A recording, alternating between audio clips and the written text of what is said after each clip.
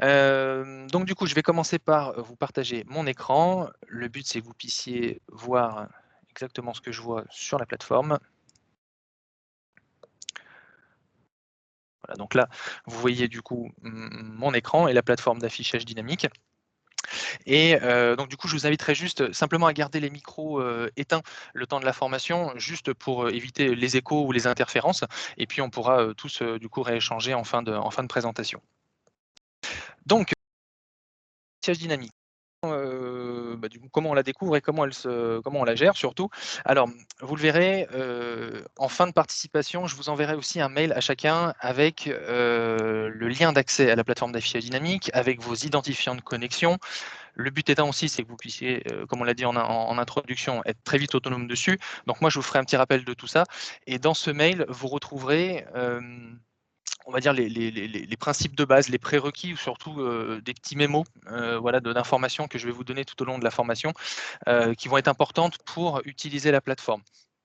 Néanmoins, quand vous allez vous connecter, donc vous allez vous retrouver sur cette plateforme qui est donc full web. Le but étant, c'est que vous puissiez vous connecter sur cette plateforme depuis n'importe quel outil qui dispose d'une connexion internet, donc forcément de votre ordinateur, mais vous pouvez aussi vous connecter via une tablette ou même votre smartphone et piloter l'affichage dynamique de votre écran.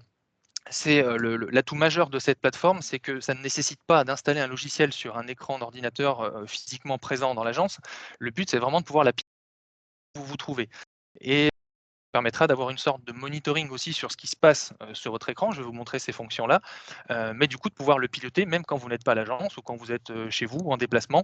C'est vraiment un des principaux atouts, c'est de pouvoir vous connecter à cette plateforme depuis n'importe quel outil qui dispose d'une connexion internet.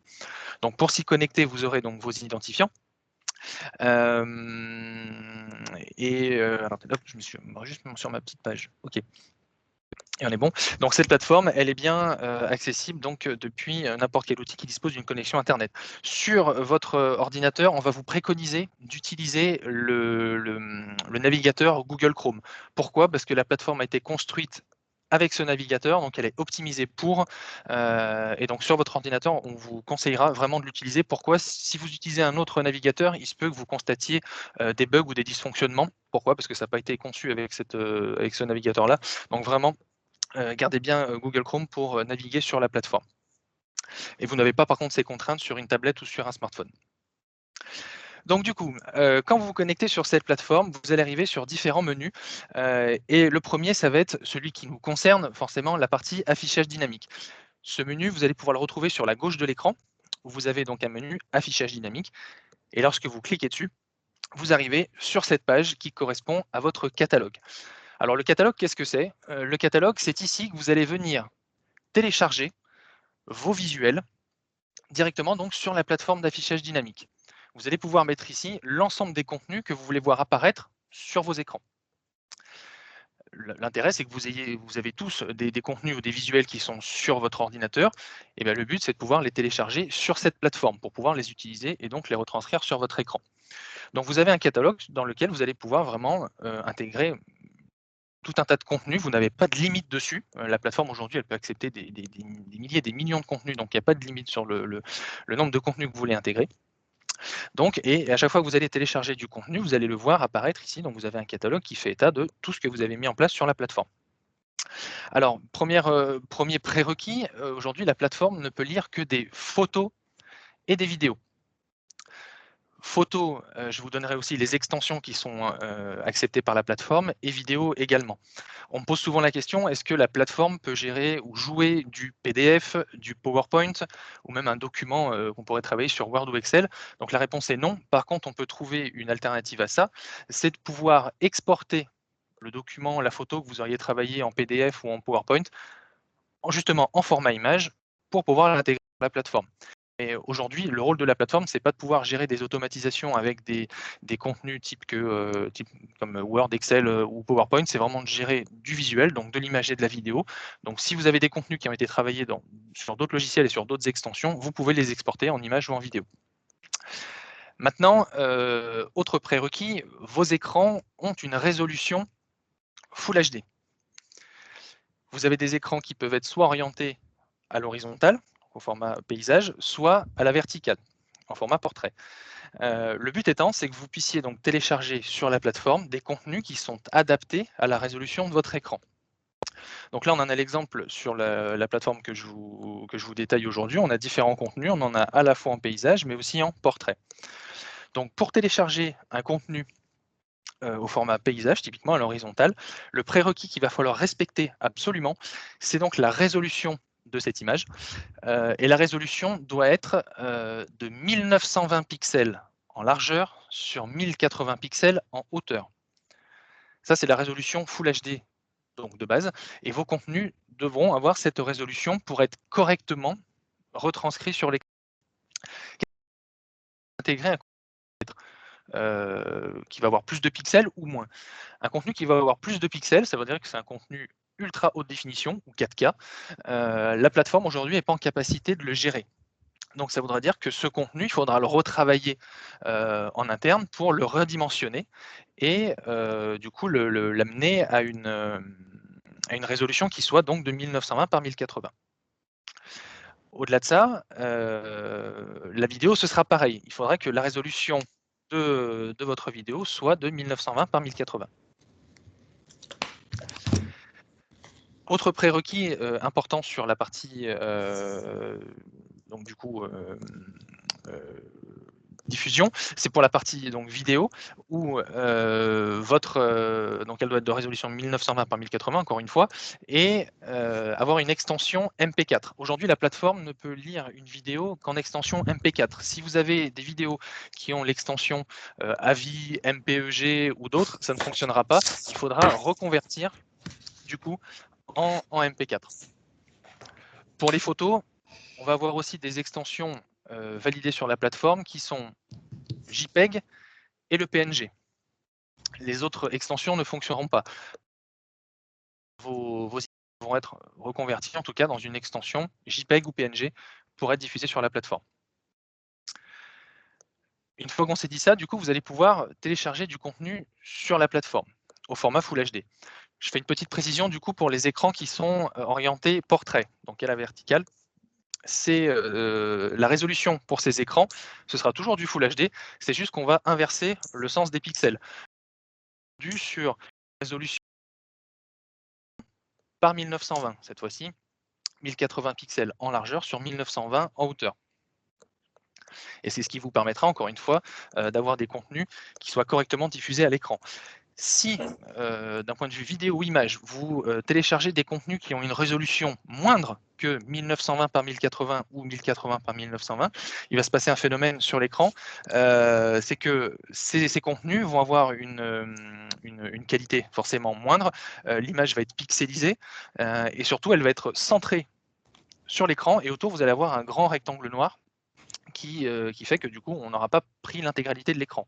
Donc vraiment, les prérequis de base pour bien fonctionner sur la plateforme et pour avoir quelque chose d'optimal sur vos écrans, c'est vraiment la résolution des contenus que vous allez y intégrer. Et donc, on le disait, les images PNG ou JPEG, les vidéos MP4 et la résolution 1920 par 1080 quand vous êtes en paysage et 1080 sur 1920 quand vous êtes en format portrait, donc à la verticale. Pour télécharger un contenu, je vais vous montrer du coup comment on peut le faire. Vous avez sur la droite un bouton qui s'appelle « Ajouter des fichiers ».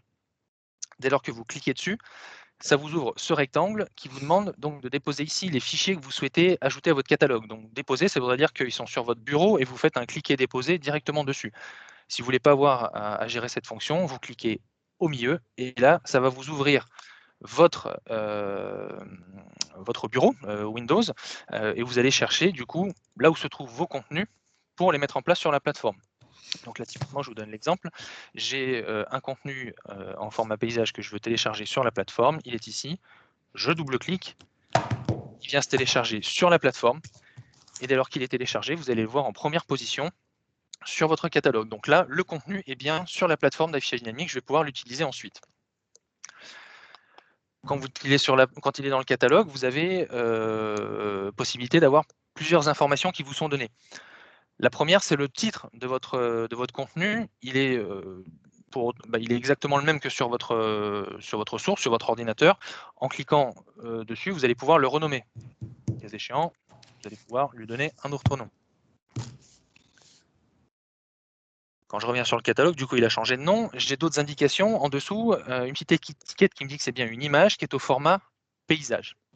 Maintenant, si je clique sur l'aperçu qui est ici, ça va pouvoir me retranscrire l'image que j'ai téléchargée, donc pour me rendre compte si c'est bien effectivement celle que je voulais avoir sur ma plateforme. Donc ça me donne un aperçu de l'image.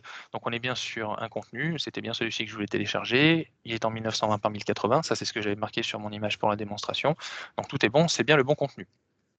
Et ainsi de suite, vous allez pouvoir ajouter autant de contenu que vous le souhaitez, toujours par le même biais.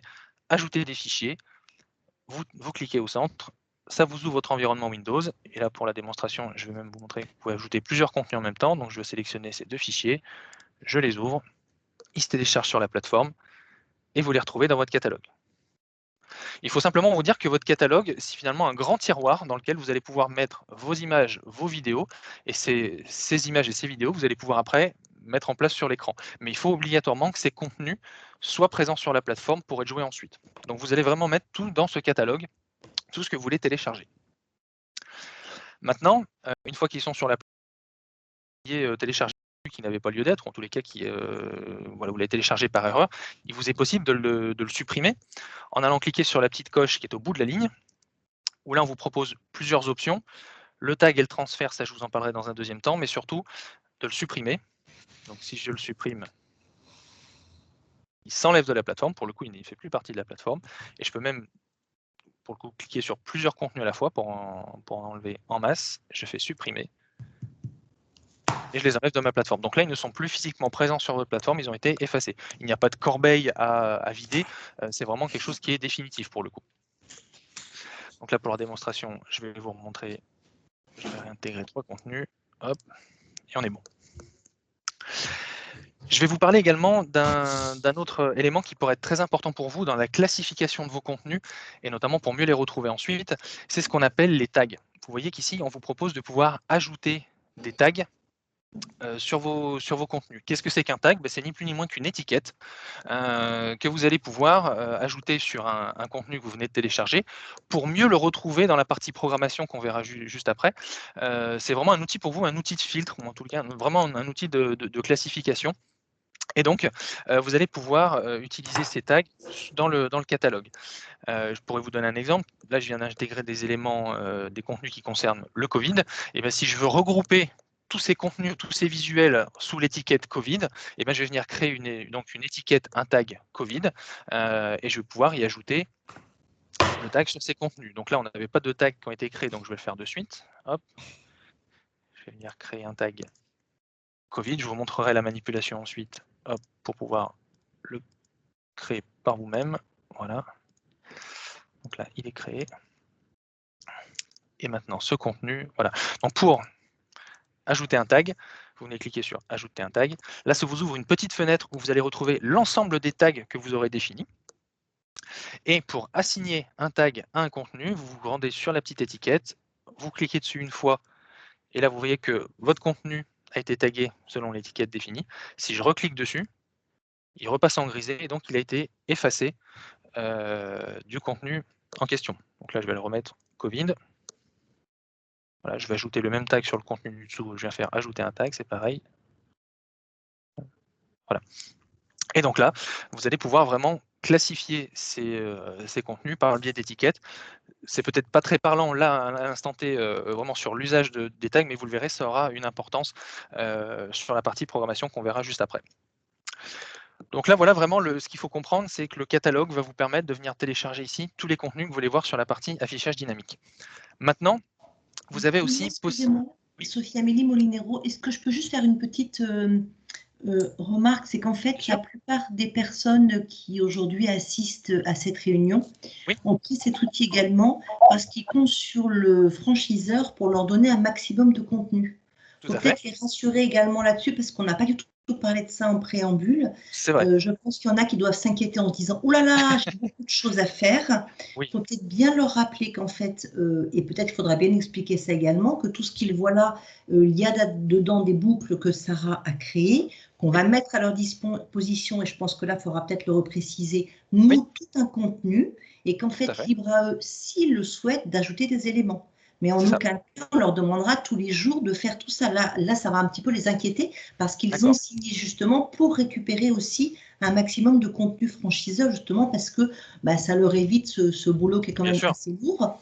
Donc, en fait, je pense qu'il faut bien aussi leur repréciser comment ça va se passer comment ça va se passer quotidiennement pour la transmission et comment ça va se passer pour récupérer les éléments que le franchiseur met à disposition. L'objectif, évidemment, c'est de les soulager au maximum. D'accord. Voilà, c'est ce que met Stella. Du coup, comment ajouter les contenus préparés par le franchiseur dans notre propre catalogue. Je pense qu'il y a quand même aussi une partie, là, ce que vous expliquez, c'est génial, ça va être le plus, mais je dirais qu'en préambule, c'est aussi tout ce que nous, on va leur proposer, parce que je pense que l'essentiel de la diffusion, ça sera ça. Eh ben, bien sûr, non, mais vous faites bien de le préciser. Effectivement, là, j'étais plus parti sur la partie de la présentation, de la personnalisation de la plateforme où chacun pourra vraiment avoir son rôle à jouer et y apporter du contenu. Maintenant, comme vous le soulignez, et pour le coup, c'est très juste, en tant du coup qu'adhérent à la plateforme, vous allez bénéficier donc de contenu qui sera mis à votre disposition donc par le siège social. Ce contenu, vous le retrouverez comme ici, donc sur le catalogue, c'est-à-dire qu'en vous connectant à la plateforme, vous allez retrouver donc là des images, des vidéos, des visuels qui vont être mis à votre disposition et que vous pourrez diffuser sur vos boucles de diffusion, qu'on va voir juste après aussi. Le but étant, c'est que vous puissiez bénéficier de contenus corporate à diffuser donc sur vos boucles. Et ça, vous en aurez donc bénéfice simplement en vous connectant sur la plateforme. Elles seront mises à disposition par le siège et vous pourrez les utiliser ou non. En tout cas, ça fait partie effectivement de l'usage et ce qu'a voulu donc le siège social de la Générale des Services. Donc, c'est de proposer à chaque adhérent des contenus qui seront disponibles sur vos catalogues respectifs. Donc vous n'avez pas de manipulation à faire. Il faut savoir qu'à chaque fois qu'un contenu va être téléchargé sur le catalogue par le siège social, ce contenu ou ces visuels seront accessibles par tout le monde directement sur la plateforme. Donc là-dessus, ce qui vous permettra donc vraiment d'utiliser ces contenus à loisir sur la plateforme d'affichage dynamique pour chacun. Ce qui n'empêche que vous pourrez alimenter aussi votre propre catalogue de visuels, de contenus, peut-être différents ou personnalisés, que vous voudrez retravailler. Donc vous avez les deux possibilités. La méthode qu'on a vue tout à l'heure pour ajouter vos propres fichiers et d'utiliser ceux qui sont ici, vraiment en bénéfice donc, du siège et qui seront mis à votre disposition. Donc là, dans l'une ou dans l'autre des configurations, que ce soit partie siège ou adhérent, vous vous connectez sur la plateforme au niveau du catalogue. Soit vous retrouvez des contenus qui sont déjà mis à votre disposition, soit vous pouvez en ajouter par vous-même aussi via le bouton « Ajouter des fichiers ». Maintenant qu'on a téléchargé du contenu, vous en avez à disposition, ça c'est déjà une chose. Maintenant, on va voir comment on va traiter ces informations et comment on va créer ce qu'on appelle les boucles de diffusion. Une boucle de diffusion, qu'est-ce que c'est? Eh ben, c'est ni plus ni moins que l'enchaînement de plusieurs contenus, plusieurs visuels, photos, vidéos. Là-dessus, vous pouvez très bien mélanger les deux. Vous pouvez faire des boucles qu'avec des photos, vous pouvez faire des boucles qu'avec des vidéos, vous pouvez faire une boucle avec des photos et des vidéos. Ça, c'est vous qui le définissez. Mais une boucle, c'est ça, c'est l'enchaînement de plusieurs visuels, les uns à la suite des autres. Et vous allez pouvoir créer vos boucles ou du coup utiliser celles qui seront mises à disposition par le siège social pour pouvoir les diffuser sur votre écran. Donc ces boucles, où on les retrouve, on va les avoir sur l'onglet boucle, qui est juste après. Et vous verrez, là je vous parle de plusieurs onglets, mais l'ordre chronologique est important à respecter, parce que si on résume la plateforme, c'est j'intègre, moi je télécharge du contenu sur mon catalogue, ou j'utilise celui qui est mis à disposition. Ce contenu, je vais le placer dans des boucles qui sont déjà présentes ou que je vais pouvoir générer. Je vais ensuite les programmer sur mon écran. Et enfin, avec le dernier bouton, je vais donner l'ordre à l'écran et la plateforme de se synchroniser pour diffuser mon contenu. Donc ça, c'est des éléments qu'on va voir juste après. Mais si on doit respecter cette chronologie, c'est bien celle-ci. Je télécharge du contenu dans mon catalogue, je mets ces contenus dans des boucles, et ces boucles, ensuite, je vais les programmer et les diffuser sur mon écran. Donc là, on est sur la partie boucle, et vous voyez que ça se matérialise comme ça par des petites jaquettes, où quand vous passez votre souris dessus, vous pouvez voir donc le nom qui a été associé à cette boucle, le nombre de contenus qui s'y réfèrent, et la durée totale de la boucle, c'est-à-dire la durée de diffusion entre le premier jusqu'au dernier contenu. Sur les autres boucles, c'est pareil, à chaque fois vous avez le nom, le nombre de contenus et la durée globale. Donc là, ce sont des boucles, typiquement, qui sont mises à disposition par le siège social, que vous allez pouvoir utiliser et programmer dans votre espace. Maintenant, si vous voulez créer une boucle, justement, pour soit utiliser le contenu qui est mis à disposition plus le vôtre, vous allez créer une nouvelle boucle. Vous allez lui donner un nom. Donc pour la démonstration, je vais l'appeler test. Je crée cette boucle. Et là, j'arrive directement dans le cœur de la boucle, vraiment dans le menu où je vais pouvoir personnaliser un certain nombre de choses. Le premier, c'est le nom, on vient de le nommer, donc il n'y a pas forcément besoin de le refaire. Maintenant, si vous voulez un jour renommer votre boucle, vous pourrez le faire, bien entendu. Vous allez pouvoir y associer une couleur, et ça, vous le verrez, ça aura vraiment son importance dans la partie programmation, puisque vous pourrez jouer sur différentes boucles, et du coup, une programmation de différentes boucles, et donc les couleurs vont vous permettre de vous y retrouver aussi.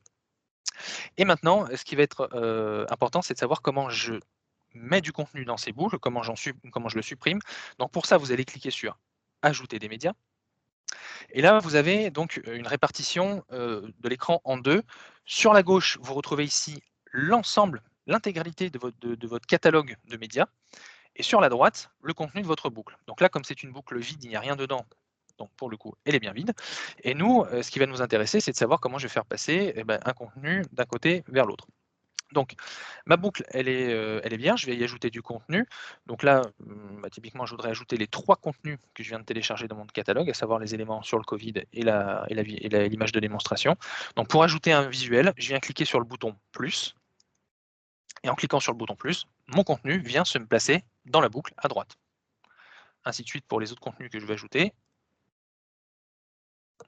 Et à chaque fois que vous ajoutez un contenu, vous verrez qu'il va se positionner en toute première position dans la boucle. Ça, vous allez voir, on va pouvoir aussi changer l'ordre de passage des contenus dans une boucle, mais en attendant, à chaque fois que vous l'ajoutez, il vient se placer en première position. Si je fais le test avec cette image-là, elle vient bien se positionner en toute première position. Donc là, on voit maintenant que sur la droite de l'écran, j'ai donc ma boucle qui contient 4 visuels. À chaque fois, j'ai toujours mon bouton on va dire de prévisualisation qui me permet de revérifier la teneur du contenu, si je veux l'ouvrir et vérifier ce qu'il en est. J'ai toujours le nom, les indications sur le fait qu'on est bien sûr une image en format paysage, et là pour une durée de 30 secondes, de diffusion de 30 secondes. Au bout de la ligne, vous avez 3 icônes qui vont vous permettre d'ajouter différents paramétrages à ce contenu. Le premier, c'est l'horloge, l'icône horloge, qui va vous permettre donc de définir le temps de passage de ce visuel, de cette image, à l'écran. La plateforme d'affichage dynamique considère qu'une image est un contenu fixe auquel on va venir du coup associer une durée de passage à l'écran. À l'inverse, une vidéo ne sera pas considérée comme un contenu fixe. Une vidéo va être diffusée. Si votre vidéo dure 2 minutes, elle sera diffusée dans votre boucle et donc à l'écran 2 minutes. Il n'y a que sur les images que vous allez pouvoir apporter différents temps, enfin du moins différentes secondes de passage. Donc là, sur le contenu numéro 1, je voudrais que mon image elle soit diffusée, admettons 10 secondes à l'écran, je vais pouvoir définir ce temps de passage et je viens enregistrer. Donc là, j'ai comme indication que mon image va être diffusée 10 secondes. Une fois que cette image est diffusée 10 secondes, on passe à la suivante. Celle-ci, elle n'a peut-être pas vocation à durer 10 secondes, 5 secondes devrait suffire, je fais enregistrer et on est bon. Mon image est donc diffusée 5 secondes. Ensuite, je passe sur l'image Covid. Celle-ci, elle est peut-être un petit peu plus longue. Vous pouvez même aller à la seconde près. Si vous voulez la faire diffuser 22 secondes, vous pouvez, vous enregistrez, et ainsi de suite. À chaque fois que vous avez donc des images fixes à faire passer, vous allez définir par le biais de ce petit icône le temps de passage à l'écran. Maintenant, vous avez aussi un paramétrage en amont dans la boucle qui vous permettra de venir définir un temps de diffusion à l'écran. Là, vous voyez, il est réglé par 30 secondes via le petit curseur qui est ici. Mais admettons que tous les visuels, toutes les images que vous voulez voir dans votre boucle ont toute la même durée. Et ben pour simplifier ça, vous allez donc bouger le curseur en vous disant, voilà, chaque fois que je veux intégrer une image, je veux qu'elle soit diffusée 15 secondes à l'écran. Et ce qui fait que du coup, maintenant, si je fais le test et que j'intègre un nouveau contenu dans ma boucle, on va essayer avec cette image, hop, je vois que l'image que je viens de télécharger a bien comme diffusion par défaut 15 secondes. Donc ça vous permettra, le cas échéant, plutôt que d'avoir à régler image par image le temps de diffusion à l'écran, si vous savez que chaque contenu doit être diffusé 10 secondes à l'écran, et ben vous bougez votre curseur pour définir le temps de passage à l'écran, et chaque contenu que vous intégrez dans votre boucle aura le même temps de passage. Ça peut vous faire gagner un petit peu de temps. Mais pour autant, vous pouvez aussi revenir sur chaque élément pour définir le temps de passage peut-être plus précis, et changer. Voilà, si je voudrais que ce visuel soit diffusé 12 secondes, je peux très bien lui dire soit diffusé 12 secondes et je paramètre ma boucle comme ça. Autre élément qui va être important, c'est la petite croix qui est ici, qui permettra de venir changer l'ordre de passage des contenus de la boucle. Ça, c'est vous qui pourrez le définir. Donc, comme on l'a vu tout à l'heure, à chaque fois que vous ajoutez un contenu, il vient se positionner en première position. Et là, donc avec cette petite croix, vous maintenez votre bouton de souris appuyé et vous venez cliquer déposer dans la boucle l'endroit où vous voulez voir apparaître ce contenu. Donc là, je l'ai mis en position 3. Maintenant, admettons que mon contenu Covid qui est ici, ça doit être le tout premier contenu qui est lu dans ma boucle.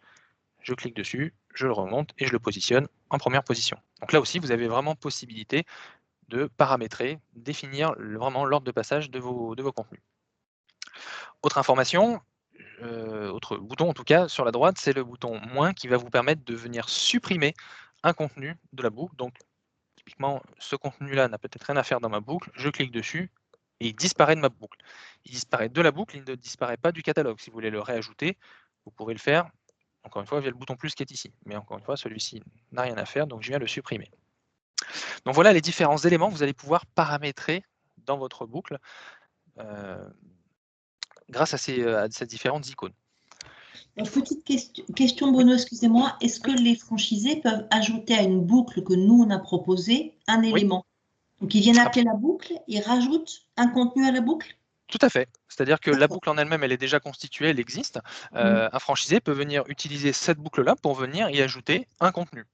Donc il aura la même manipulation, il va ouvrir la boucle et il va voir l'intégralité du contenu sur la droite donc de la boucle et il va dire bah tiens à cette boucle-là je voudrais y ajouter un contenu que j'ai créé moi ou un autre contenu qui n'était pas présent, j'ajoute celui-ci et il va venir du coup l'ajouter dans la boucle en question.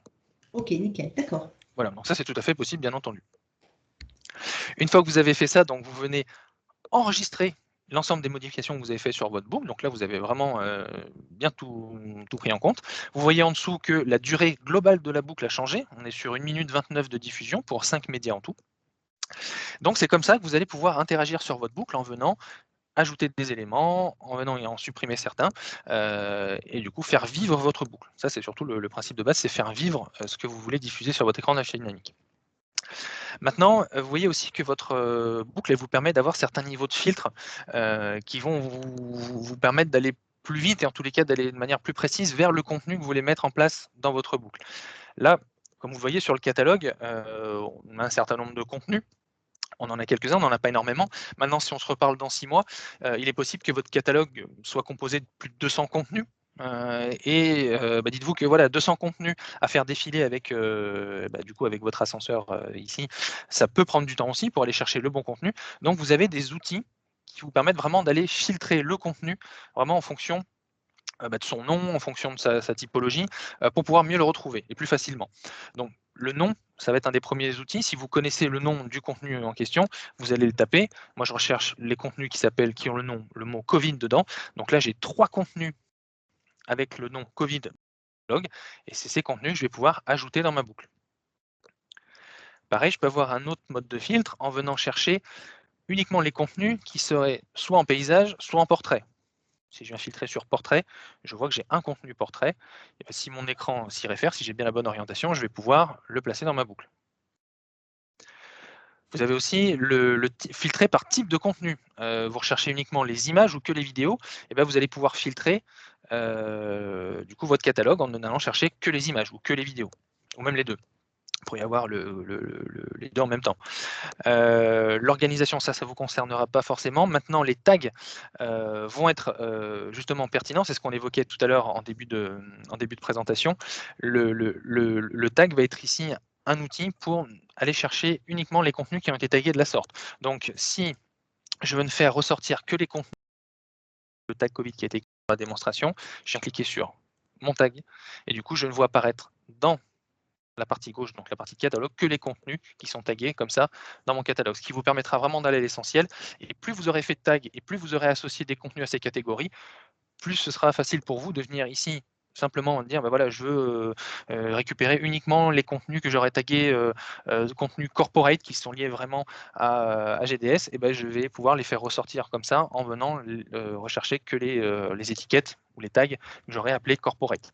Vraiment, cet outil de classification, il peut paraître anodin aujourd'hui, mais plus vous aurez de contenu et plus vous les aurez regroupés dans des étiquettes, plus simple ce sera pour vous de pouvoir faire votre programmation derrière. Donc vraiment, ces outils de filtre, ils sont là pour vous faire gagner du temps et de pouvoir donc aller chercher les contenus là où ils se trouvent et les mettre en place dans votre boucle. Une fois que vous avez fait ça, vous avez travaillé sur votre boucle, tout est prêt. Encore une fois, donc vous venez l'enregistrer. Si vous avez fait des modifications, là, ça vous indique que c'est OK. Si vous revenez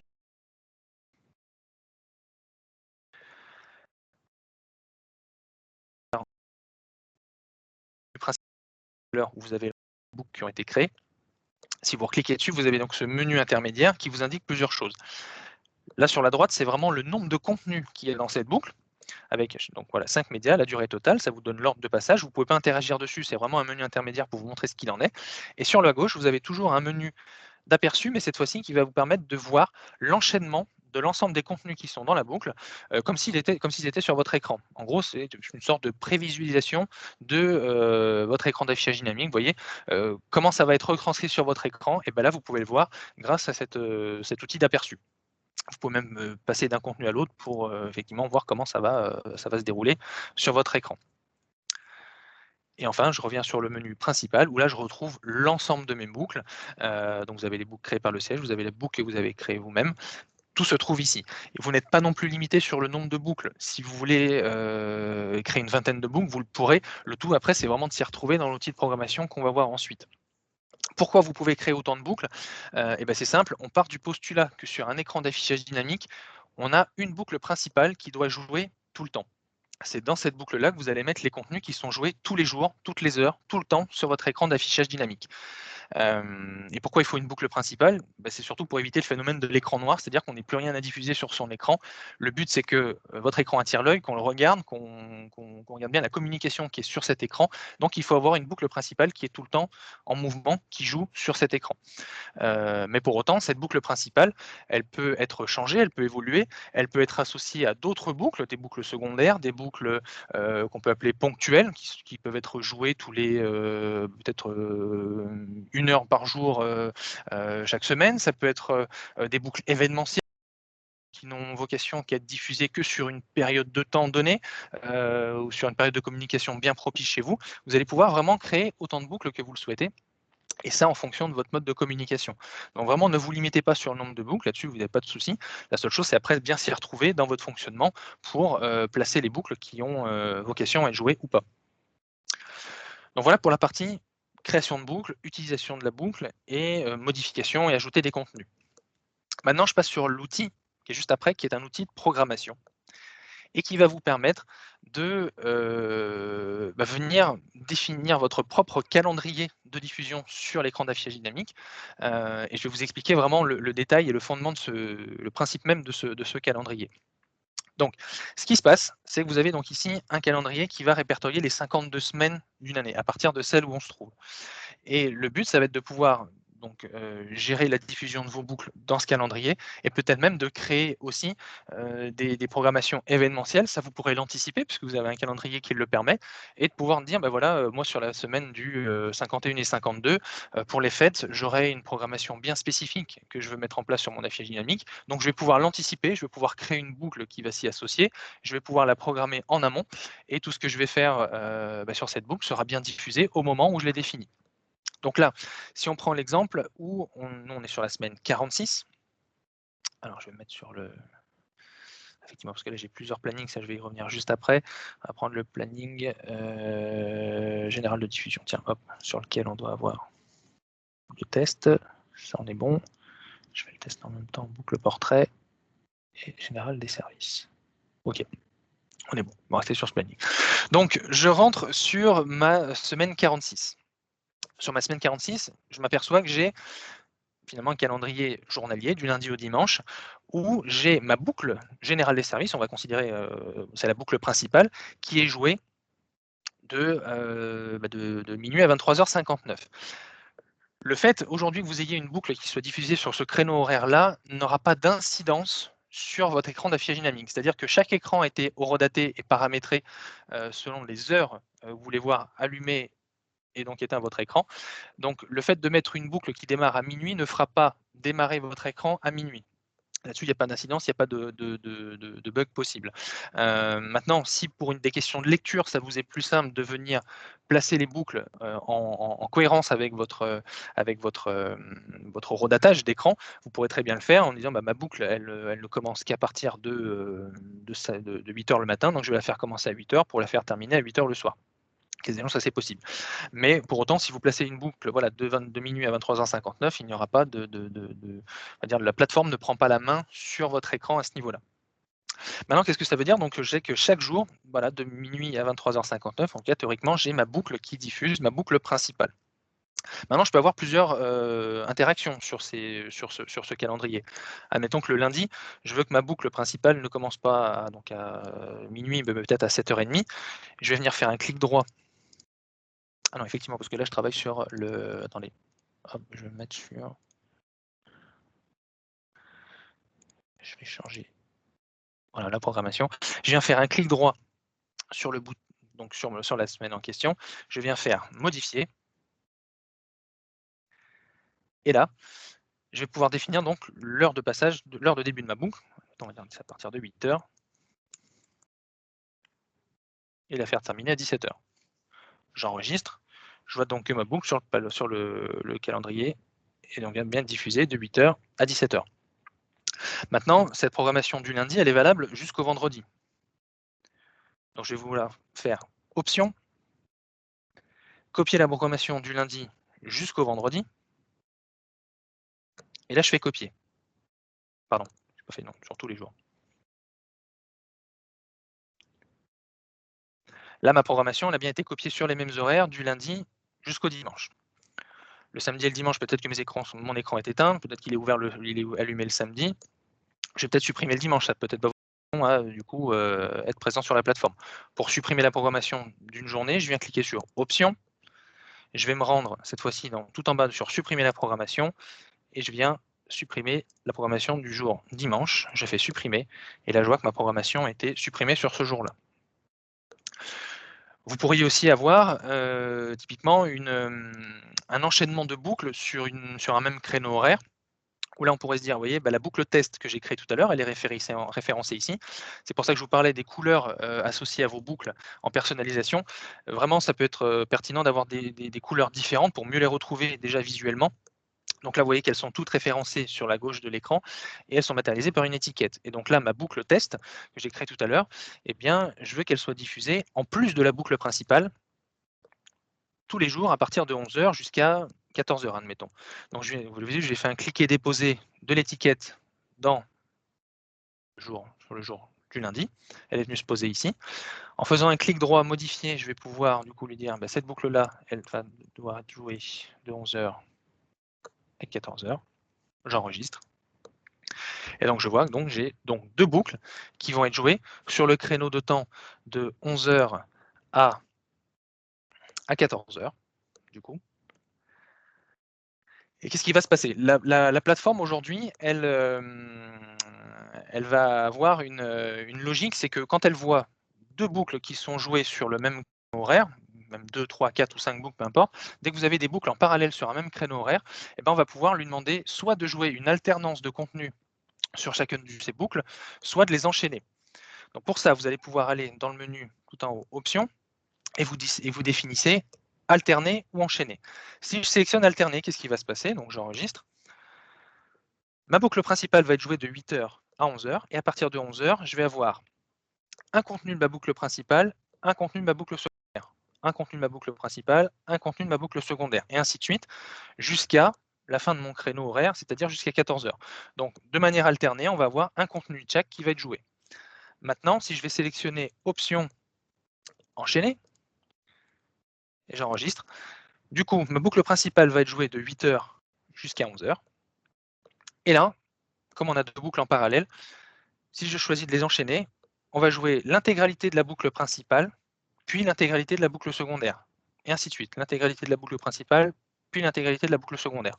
Donc soit on alterne, et du coup on a un contenu de chaque qui est joué pendant le créneau horaire, soit on alterne, soit on enchaîne, et du coup on aura l'intégralité de la boucle qui va être jouée, puis après on enchaîne sur la suivante, et ainsi de suite. Et ça correspond du coup au créneau horaire que vous avez défini. Maintenant, on peut aussi avoir une autre possibilité, c'est de se dire, je ne veux pas que ma boucle principale elle soit jouée en alternance, je veux qu'elle soit jouée seule sur ce créneau de temps-là. Ensuite, j'ai ma boucle secondaire qui prend le relais, et puis après, je reviens sur ma boucle principale. Donc pour ça, du coup, je vais venir faire mon petit clic droit, modifier. Je la fais jouer de 8h à 11h. Donc là, vous voyez que ça a changé, elle n'est plus diffusée que de 8h à 11h. Et je vais revenir sélectionner ma boucle de test pour la placer juste après. Voilà, et là pareil, je vais lui dire, cette boucle-là, elle doit être jouée de 14h à 17h. J'enregistre. Donc là, vous avez le phénomène où vous avez des boucles qui se suivent, elles ne sont plus en parallèle, donc la boucle principale qui joue de 8h à 11h, ensuite la boucle secondaire, et pour finir, retour sur la boucle principale. Donc vous allez pouvoir vraiment, au niveau de votre programmation, faire un petit peu comme vous le souhaitez. Maintenant, si on reprend l'exemple qu'on a vu tout à l'heure, vous aurez des boucles qui seront mises à disposition par le siège que vous pourrez intégrer directement dans votre programmation. Il se peut aussi que vous ayez des boucles créées par le siège qui seront obligatoirement à être jouées sur votre écran. Et à ce moment-là, vous aurez un petit cadenas qui sera placé en haut à droite de cette boucle-là. Ça vous indique que cette boucle-là, elle était verrouillée par le siège social et elle doit être obligatoirement diffusée dans votre planning.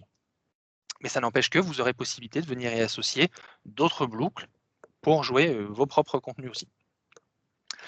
Maintenant, un des fondements de cet outil de planification va être le phénomène de récurrence. À savoir, si je travaille donc sur ma semaine 46, je fais ma programmation, je définis les heures à laquelle je veux voir ma boucle principale, ma boucle secondaire. On peut se dire que ma boucle test, c'est vraiment une boucle qui, de manière récurrente, doit être jouée tous les lundis de 11h à 14h. Maintenant, on peut très bien se dire aussi que une autre boucle test viendrait être jouée tous les jeudis en parallèle sur quasiment toute la journée, avec la boucle principale. Donc ça, c'est ma semaine type, dans laquelle je sais que je vais avoir une boucle principale qui va être jouée, avec des boucles secondaires qui vont venir par-ci et là, dans le courant de la semaine. Je reviens sur mon planning. Donc le fondement principal de cette manipulation vous montre que tout ce que vous travaillez sur la semaine type dans laquelle vous vous trouvez, donc la semaine 46, va automatiquement se copier sur les semaines qui suivent. Si je vous prends un exemple, je viens sur la semaine 50, la semaine du 7 décembre. Si je clique, je me rends compte que j'ai la même programmation que la semaine 49. C'est normal, c'est tout simplement que l'outil de programmation a été géré comme ça.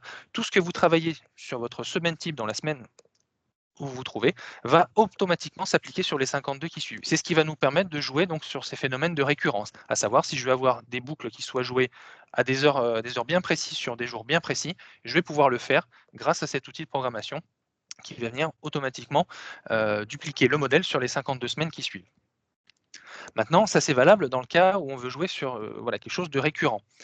Si je ne veux pas, je vais venir supprimer en faisant clic droit les boucles qui sont, pour le coup, événementielles. Je replace tout ça. Donc j'ai mon planning classique avec ma boucle principale, ça ne bouge pas. Maintenant, vous allez pouvoir gérer des phénomènes événementiels, à savoir, je veux que sur une semaine donnée, je veux avoir du contenu qui soit différent de ma boucle principale, ou je veux avoir du contenu en plus de ma boucle principale qui soit joué, mais uniquement sur cette semaine ou sur ces semaines-là, de manière événementielle. Donc pour faire ça, comment on va le gérer ? Si je refais mon petit test et que je clique sur la semaine 2, la deuxième semaine de 2021, je vois que mon planning est finalement le même que la semaine 49, celle sur laquelle on travaille en ce moment. C'est normal, puisque du coup, tout est parti d'ici. Maintenant, la première semaine de janvier, je voudrais avoir une communication justement pour la nouvelle année, pour avoir du contenu bien spécifique pour ça. Donc je vais venir cliquer sur la semaine en question. Je viens cliquer sur « Différencier cette semaine ». Avant même de toucher quoi que ce soit, puisque du coup, si on revient sur notre fondement de base, tout ce que je vais toucher ici, d'un point de vue programmation, va automatiquement s'appliquer sur les 52 semaines qui suivent. Donc si je travaille sur la semaine 1, et bien du coup, tout ce qui va suivre aura la même programmation que la semaine 1. Donc si je veux vraiment quelque chose à caractère événementiel, avant même de toucher quoi que ce soit, je viens cliquer sur « Différencier cette semaine ». Je vais lui donner un nom, communication, nouvelle année, peu importe. Vous avez même possibilité de venir choisir une autre couleur pour la différencier dans le planning. Donc vous pouvez choisir une couleur qui vous va bien, vous faites enregistrer, et du moment où vous faites ça, vous voyez que votre bouton a disparu. Par contre, quand vous revenez sur le calendrier, vous voyez que cette semaine-là est dissociée des autres, déjà par la couleur et par le nom, mais vous savez qu'en ayant fait cette manipulation donc de différencier la semaine, tout ce que vous allez travailler ne va concerner que cette semaine-là. Donc pour vous donner l'exemple, je rentre de nouveau dans cette semaine, et là je vais venir du coup, allez, tout changer. Je viens supprimer la programmation du mardi, je veux plus de boucle principale, pareil pour le mercredi. Je vais avoir ma boucle test qui soit diffusée, hop, tout le mardi de 8h à 18h, admettons. On n'a pas pris en compte. Voilà. Je veux, allez, cette boucle-là, je veux qu'elle soit en parallèle avec celle-ci pendant ces heures-là. Je veux avoir ici une boucle qui va être jouée en premier. Vraiment, vous faites votre programmation comme vous le souhaitez. Et là, quand vous revenez du coup sur votre calendrier, si vous venez sur la semaine qui précède, vous voyez que vous avez effectivement la même programmation que ce qu'on a vu tout à l'heure, c'est-à-dire la semaine type. Si vous allez sur les semaines qui suivent, c'est la même programmation qui sera jouée. Par contre, tout ce que j'ai travaillé sur cette semaine-là ne concerne que cette semaine-ci. Si je rentre dedans, je vois que j'ai mon caractère événementiel qui est joué. Donc ce phénomène-là va vraiment vous permettre de travailler sur de l'événementiel et de dire cette semaine bien précise, je veux avoir une communication qui est différente de ma semaine habituelle. Maintenant, vous pourriez me dire aussi, bah, cette semaine-là, elle va également être valable la semaine d'après. Et donc plutôt que de refaire la manipulation pour le coup 2 fois, vous allez venir placer votre souris en bas à droite de la case. Vous voyez qu'il y a un petit curseur qui s'ouvre et vous venez cliquer, déposer finalement votre sélection sur la semaine qui suit. Vous pourriez même le faire sur les 3 hein, pour le coup, ou sur les 4. Ce qui fait que voilà, le caractère événementiel va venir se dupliquer sur la semaine 2, sur la semaine 3. Et si je rentre dedans, et bien du coup, j'ai bien effectivement mon caractère événementiel qui est inscrit, parce que ça correspond à ma semaine différenciée. Maintenant, autre phénomène, pourriez vous tromper en disant: «Bah non, je suis allé trop loin, en fait, ma communication, c'est simplement la semaine 1 et la semaine 2, j'ai pas besoin de l'avoir sur la semaine 3». On va avoir plusieurs possibilités pour supprimer le caractère événementiel d'une semaine. Le premier, c'est de venir cliquer dessus, d'aller dans Options et de venir cliquer sur Supprimer. En faisant ça, du coup, vous venez supprimer le caractère événementiel de la semaine 3. Donc du coup, si je re-rentre maintenant dans ma semaine 3, j'ai exactement la même programmation que la semaine 46, puisque c'était mon point de départ pour ma semaine type. Autre façon de venir supprimer le caractère événementiel d'une semaine, c'est de venir cliquer sur la semaine qui est avant ou la semaine qui est après, peu importe, puisque c'est une semaine type. Vous restez appuyé dessus et vous venez cliquer, déposer la semaine dessus, vous relâchez, et là, votre caractère événementiel, là aussi, a été supprimé, donc vous êtes bien repassé sur une semaine type. Donc vous avez 2 possibilités. La plus facile, c'est du coup de venir faire le cliquer déposer. L'autre, c'est de rentrer dans la semaine en question et de venir faire supprimer.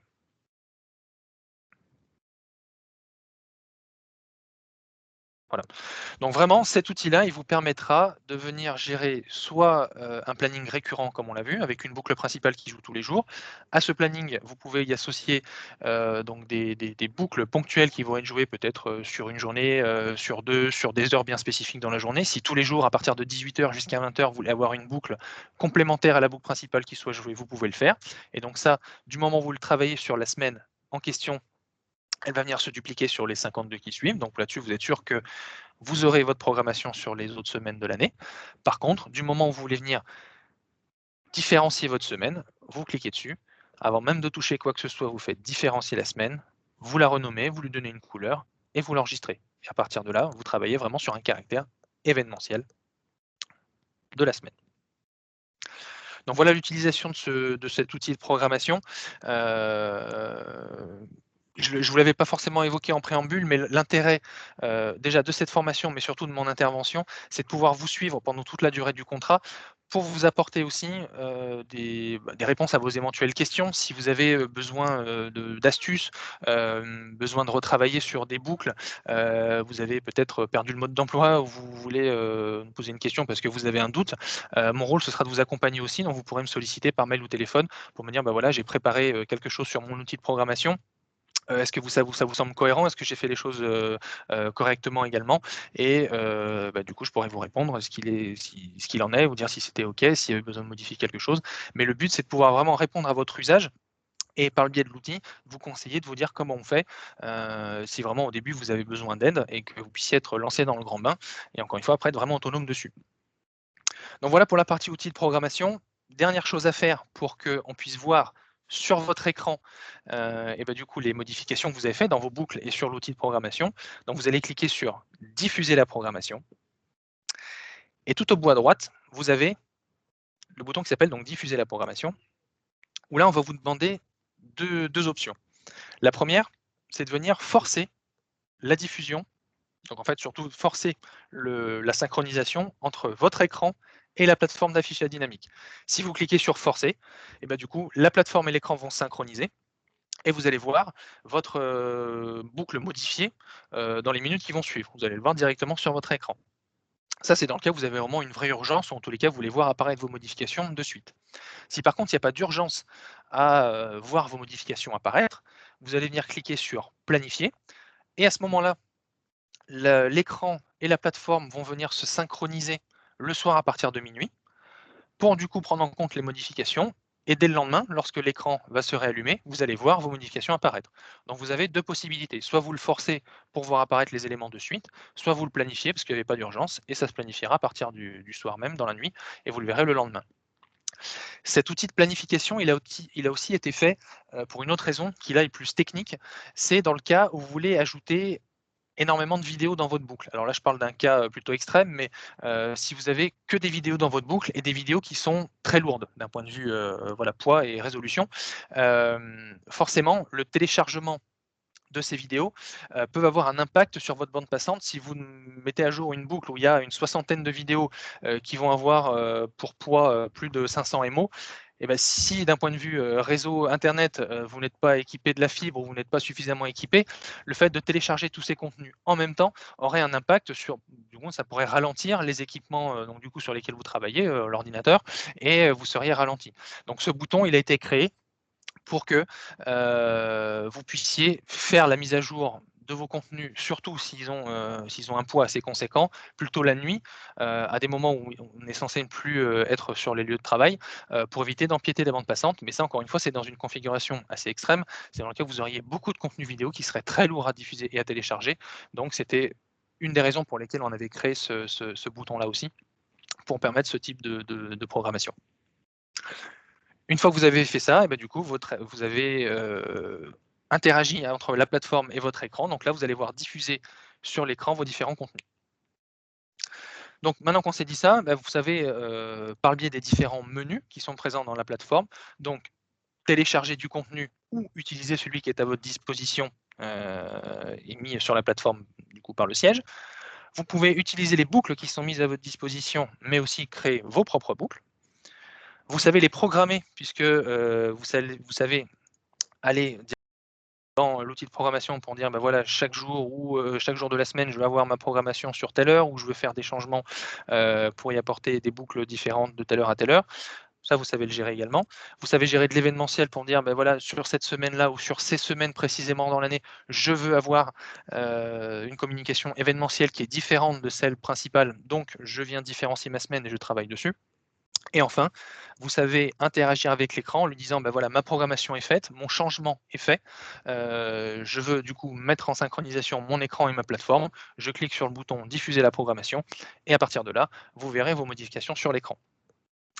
Donc ça, c'est vraiment toute la partie affichage dynamique que vous aurez à utiliser au quotidien. Et du coup, pour finir cette présentation, je voulais revenir sur un menu qui est le tableau de bord, qui est le premier menu qui va s'ouvrir quand vous allez arriver sur la plateforme d'affichage dynamique, qui va vous donner un certain nombre d'informations. Donc je vais vous les détailler, pour autant vous n'aurez pas forcément l'occasion de les utiliser tous les jours, ça reste surtout ou du monitoring ou de la programmation en amont, mais ça, ça reste indépendant. Donc quand vous vous connectez, vous arrivez sur ce tableau de bord, cette page de garde, qui va vous donner certaines informations. La première ici, c'est ces 4 petits carrés correspondre aux 4 dernières boucles que vous avez récemment modifiées ou créées. Ce qui vous permettra, dans le cas où vous vous connectez sur la plateforme simplement pour faire une modification de votre boucle ou pour la supprimer, de venir cliquer sur la boucle en question. C'est un raccourci en disant voilà, c'est cette boucle que je voulais modifier, c'est la boucle novembre. Je clique dessus. Là, je me retrouve sur le menu intermédiaire. Je vais venir faire modifier et je vais pouvoir travailler sur ma boucle. Si je reviens, je suis sur mon tableau de bord. C'est cette boucle que je voulais modifier. Je clique dessus. Je suis sur mon menu intermédiaire. Je viens cliquer sur modifier et je vais pouvoir ajouter ou supprimer des médias. Donc, c'est vraiment un outil de raccourci qui vous permet d'aller, d'accéder aux 4 dernières boucles récemment modifiées ou créées. Sur la droite, quand vous connecterez, donc si vous êtes adhérent, vous aurez un écran qui sera pour le coup affiché ici. Vous aurez sa référence, l'orientation grâce à l'icône qui vous montre s'il est en paysage ou en portrait, et le petit bouton vert ici, en tout cas la petite pastille verte ou rouge, vous indique si elle est en vert que votre écran est bien connecté au réseau Internet et bien allumé. S'il est rouge, c'est que votre écran est éteint et par conséquent déconnecté du réseau Internet. Le fait de cliquer sur l'aperçu ici qui correspond à votre site, donc là si je suis à Cherbourg, j'aurai donc que cet aperçu qui va être affiché, non pas tous les autres. Je clique là, et bien du coup cet aperçu est un outil de monitoring qui vous permet de voir à distance, si vous n'êtes pas physiquement présent devant l'écran, de savoir quel est le contenu qui est en train d'être diffusé sur votre écran d'affichage dynamique en temps réel. Donc là, je sais qu'à Cherbourg, en toute logique, je dois avoir ce contenu-là qui est en train d'être diffusé. Attendez, parce que j'ai rafraîchi ma page et en parallèle, il a changé de contenu.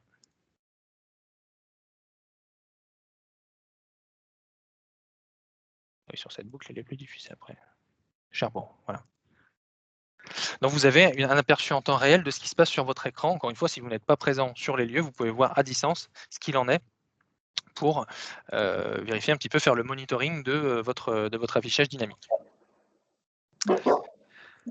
En dessous, vous avez un graphique qui va ici vous montrer, alors quand vous aurez votre propre accès, vous verrez qu'un seul écran qui sera du coup associé à ça, mais c'est un graphique qui vous permet de voir sur les 24 dernières heures les moments où votre écran a été allumé ou éteint. Donc comme vous avez tous des heures de datage du matin au soir, vous allez voir ici en rouge notamment les heures où l'écran était arrêté ou déconnecté. Là on voit que de 21h à 7h du matin, l'écran était déconnecté, donc ça passe en rouge. À l'inverse, dès qu'il reprend la connexion, il repasse en vert. Cet outil-là aussi, c'est du monitoring, ça va vraiment vous permettre, quand vous n'êtes pas face à l'écran, de savoir s'il est bien en fonctionnement ou en dysfonctionnement, et ça permet aussi d'identifier peut-être des pannes réseau ou des pannes électriques. Voilà, nos clients peuvent aussi identifier une panne en se disant voilà, je suis pas chez moi, mais par contre je vois que cet après-midi dans mon agence de 15h à 16h, mon écran a été indiqué comme en rouge parce qu'il a perdu la connexion réseau ou il aurait perdu la connexion électrique. Donc ça vous permet de l'identifier, de se dire tiens, pourquoi il y a eu ce phénomène-là, je sais l'identifier parce qu'on m'a averti qu'il y a eu une panne de réseau à ce moment-là. Voilà. Enfin, cette notion de déconnexion vous permettra aussi de voir si vous êtes bien connecté au réseau Internet, donc du coup de vérifier que votre écran est bien connecté. Si vous faites une mise à jour de votre boucle, ça vous permettra de l'identifier tel que. Hop, je vais juste... Parce que j'avais un écho. On est bon. Donc voilà à quoi va vous servir finalement le tableau de bord, la page de garde, comment on va pouvoir le lire. Encore une fois, ce n'est pas quelque chose qui va au quotidien être prépondérant. Quand vous vous connectez, vous pourrez accéder à vos différentes boucles. Vous pourrez voir du coup en temps réel ce qui est en train de diffuser sur votre écran si vous n'êtes pas physiquement présent devant. Voilà à quoi vous servira la page surtout ce tableau de bord. Ce qui vous sera surtout intéressant, c'est notamment au niveau des utilisateurs, où vous allez pouvoir venir créer ici, dans cette rubrique, l'ensemble des personnes qui vont avoir accès à la plateforme d'affichage dynamique. Donc, au sein d'un même site, vous pourriez très bien avoir 2 personnes qui ont accès à l'écran et du coup, de pouvoir y administrer les contenus. Ça, c'est vous qui pourrez le définir. Vous n'avez pas de limite sur le nombre d'utilisateurs sur votre plateforme. Ça, c'est vous qui le définissez. Pour autant, vous allez pouvoir créer des utilisateurs. Donc pour ça, il vous faudra un nom, un prénom, une adresse mail, et vous le rattachez, il sera rattaché automatiquement à votre site. Du moment où vous enregistrez cette personne, elle va recevoir un email contenant l'identifiant et le mot de passe qui lui permettra d'accéder à la plateforme. Et du coup, elle aura accès pour pouvoir gérer, télécharger du contenu, administrer la plateforme. Elle pourra le faire également. La partie équipement va vous permettre de recenser l'ensemble des équipements qui composent votre parc. Donc, en tant qu'adhérent, vous aurez un écran recensé et vous pourrez vérifier là aussi que l'écran est bien en fonctionnement. En fait, ce sera ni plus ni moins que la retranscription que vous avez ici, mais par contre sous forme de ligne, où vous allez voir votre écran référence X et du coup en fonctionnement, et ça vous permet de les lister. Si vous avez plusieurs écrans qui composent votre parc d'affichage dynamique, vous aurez ici sur cette rubrique l'ensemble des écrans listés avec leurs références. Enfin, la partie tag va vous permettre, là, comme on l'a vu tout à l'heure, de créer et générer les tags qu'on pourra utiliser sur le catalogue, notamment. Et là aussi, vous avez l'outil Nouveau tag qui vous permettra, lorsque vous cliquez dessus, de venir donner un nom à votre tag, à votre étiquette, de définir une couleur pour mieux la retrouver aussi, et d'associer ce tag à un élément de la plateforme. Donc, comme vous pouvez le voir, votre tag, il peut être associé soit à des équipements. Pourquoi des équipements? Parce que, admettons que vous ayez trois écrans d'affichage dynamique au sein de votre agence, vous en avez un en vitrine, vous avez un dans une salle de réunion et vous en avez un dans un bureau, et on va pouvoir créer une étiquette pour mieux le repérer et pour se dire cette référence d'écran correspond à l'écran qui est en salle de réunion, cette référence correspond à l'étiquette vitrine, et vous allez pouvoir le taguer comme ça. Nous, ce qui va surtout nous intéresser au quotidien, c'est l'usage des tags sur la partie vidéo. Et donc là, vous créez des tags pour votre catalogue. Vous faites enregistrer. Et là, vous voyez que votre tag a été créé.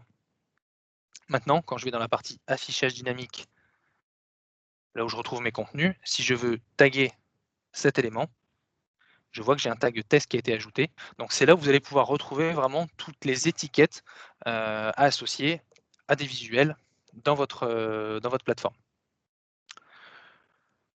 Donc voilà pour les différents menus, voilà pour l'usage de la plateforme d'affichage dynamique dans son intégralité.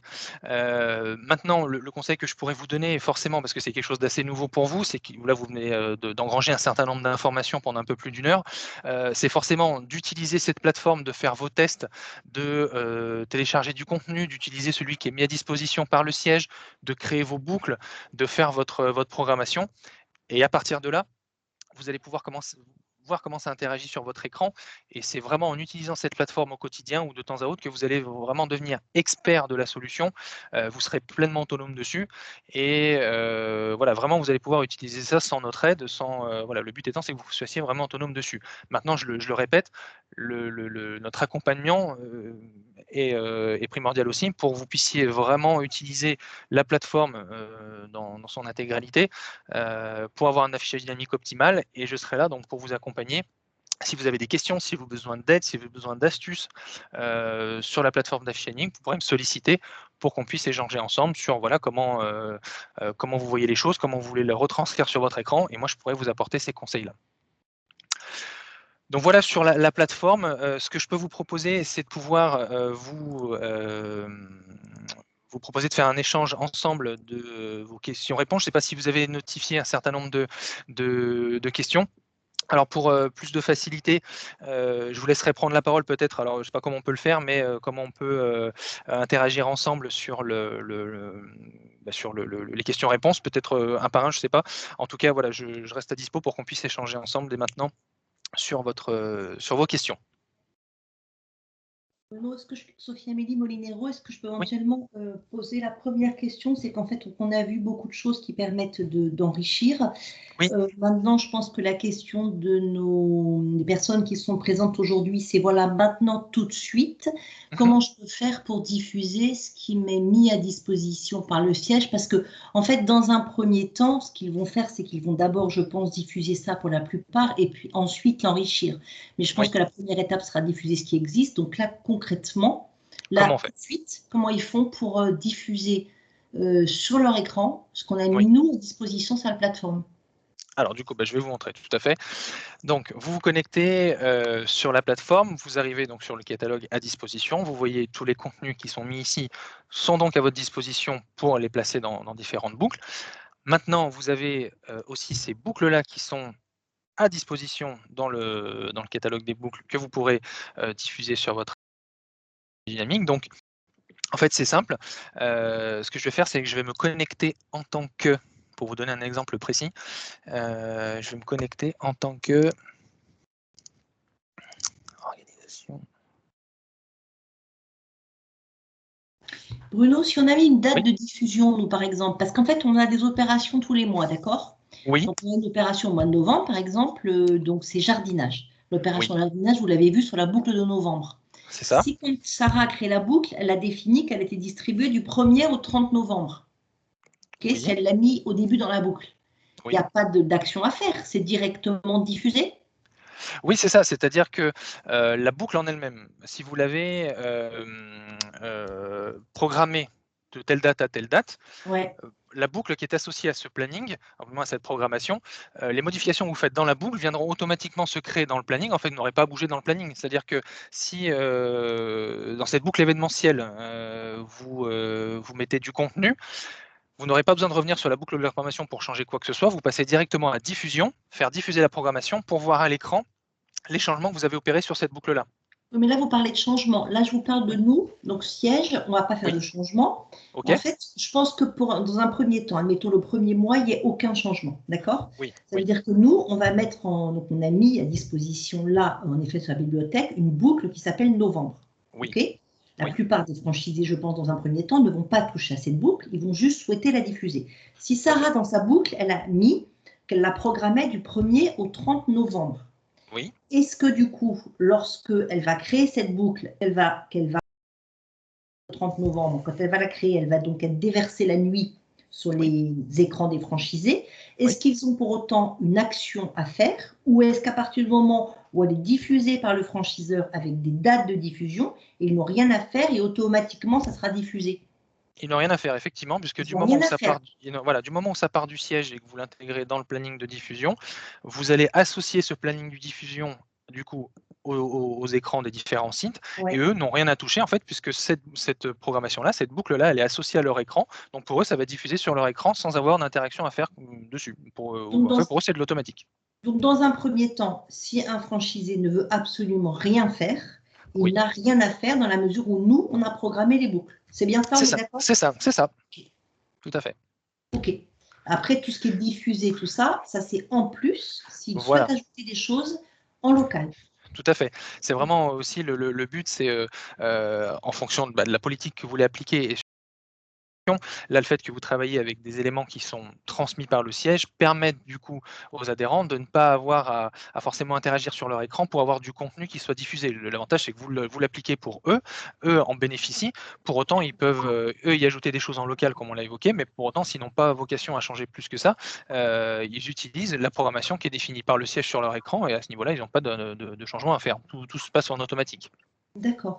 Et du coup, la question que je pose par rapport à ça, c'est est-ce qu'ils n'ont pas intérêt, s'ils ont du local à mettre, à le créer comme une boucle locale, plutôt que d'enrichir la boucle du siège, puisque finalement, comme ça, admettons, ils vont laisser la boucle du siège novembre, tout le mois de novembre, telle qu'elle est programmée, et peut-être qu'eux peuvent se créer une boucle, parce que tout à l'heure, vous avez dit qu'on pouvait diffuser simultanément. En alterné ou en enchaîné. Donc peut-être que s'ils créent des boucles en local, ils ont plutôt à les créer en les identifiant comme une boucle locale et à les ajouter au programme du siège. Effectivement, le fait de la nommer boucle locale ou boucle principale, je sais pas, typiquement là on est sur ADS 29, l'appeler boucle principale locale ou boucle principale ADS 29 permettra de l'identifier comme une boucle justement où on va venir ajouter du contenu propre à soi et qui va venir être en parallèle de celle du siège, et du coup on aura une alternance de contenu à chaque fois, ou alors comme on l'a vu tout à l'heure, soit on choisit alterner et on va jouer un contenu de chaque, soit on choisit enchaîner, et ce qui va se passer c'est qu'on va jouer l'intégralité de la boucle du siège puis l'intégralité de notre boucle locale, et ainsi de suite. Et comme ça, on aura à chaque fois du contenu différent qui sera joué. Mais vous avez raison, il vaudrait mieux avoir cette boucle principale locale que chaque site peut créer pour du coup interagir dessus et faire des changements quand il le souhaite. Oui, donc l'idée, le principe qu'on peut donner, c'est on ne touche pas globalement aux boucles qui sont envoyées par le siège, on en ajoute d'autres si on veut en faire en local. C'est ça. Et de toute façon, en tant qu'utilisateur, on va dire en dessous du siège, on ne pourra pas supprimer la qui est placée sur son planning. Pourquoi? Parce qu'elle est verrouillée et c'est venu justement du siège, donc c'est volontaire. C'est que cette boucle-là, elle est présente dans mon planning parce que c'est le siège qui me l'a donné, je ne peux pas la toucher. Par contre, moi, je peux venir ajouter une boucle complémentaire, une boucle locale, sur laquelle je pourrais y ajouter des éléments. Mais on voilà, on n'aura pas d'interaction sur la boucle du siège, effectivement. Impeccable. Stella Jaco nous pose une question. Est-ce que nous pouvons afficher la météo, la date et l'heure du jour en plus des boucles? Oui, alors cette notion, effectivement, c'est un template. Je ne l'ai pas évoqué tout à l'heure au début de la présentation sur la partie catalogue, puisqu'on est parti sur d'autres choses. La météo fait également partie donc de ce qu'on appelle les templates. Les templates, ce sont des éléments interactifs qu'on va mettre à votre disposition, à la fois au niveau du siège, mais aussi en tant qu'adhérent pour avoir une météo locale. Ça, c'est quelque chose que nous, on est venu développer à part de la plateforme, et c'est pour ça qu'on vous le met à disposition. C'est une météo qui affiche, alors je n'ai pas l'exemple ici parce qu'il n'a pas été créé, mais je vais le faire juste après. C'est de vous créer une météo donc, sur laquelle vous allez retrouver la date, l'heure, l'éphéméride, la météo du jour et la prévision sur 5 jours à venir. Et en fait, cet élément, ce template, comme on l'appelle, va être dans votre boucle, vous allez pouvoir le placer dans la boucle, comme on l'a vu tout à l'heure, comme une image ou une vidéo. Vous allez définir un temps de passage à l'écran et ce template va venir créer une rupture avec le contenu que vous allez vouloir ajouter, que ce soit le contenu du siège ou le contenu en local. Mais c'est un élément interactif qui pourra attirer l'œil et du coup, lorsque quelqu'un passe devant, il sera intéressé par la météo qu'il fait aujourd'hui et juste après, il aura la diffusion d'un contenu qui sera propre à GDS. Donc le but, c'est ça aussi, c'est de pouvoir attirer l'œil par le biais de contenu qui est aujourd'hui le plus demandé en affichage dynamique, à savoir la météo, l'horoscope et l'actualité. Et ces 3 templates-là, moi, je vais les mettre à disposition sur vos plateformes pour que vous puissiez les placer soit sur la boucle, on va dire général siège qui soit appliquée à tout le monde, soit en local pour pouvoir la mettre en place. Mais ça, évidemment, c'est quelque chose que je vais mettre à disposition et que vous pourrez utiliser sur vos boucles, en local comme au niveau du siège. Alors, Sophie Subulot nous pose la question, est-ce que les templates sont automatiques ou pas? Alors, automatique, dans quel sens? Vous dire la mise à jour, le rafraîchissement des informations? Je pense. Plus dans cet esprit-là? Je pense.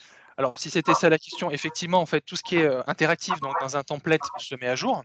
Donc, que ce soit l'actualité, que ce soit la météo ou l'horoscope, ça, vous n'avez pas à y toucher. En fait, comme on appelle ça un flux web. Ce flux web, nous, on est venu le créer donc par le biais d'une application externe à la plateforme. On a créé des templates, donc météo, horoscope et actualité. Ces templates, ils sont placés dans votre catalogue. Vous les utilisez à votre convenance. Et en fait, les informations qui sont divulguées dans ces templates, vous n'avez pas d'interaction dessus, ça se met à jour automatiquement. Donc vous bénéficiez en fait d'infos qui sont mises à jour régulièrement par le biais de ce flux web. Pour vous, il n'y a rien à toucher. Du moment où c'est dans votre boucle, ça diffuse la météo qui se met à jour. Si le temps change, vous allez voir sur votre écran la température et la météo changer. Ça, si vous n'avez pas à le gérer, ça se gère automatiquement.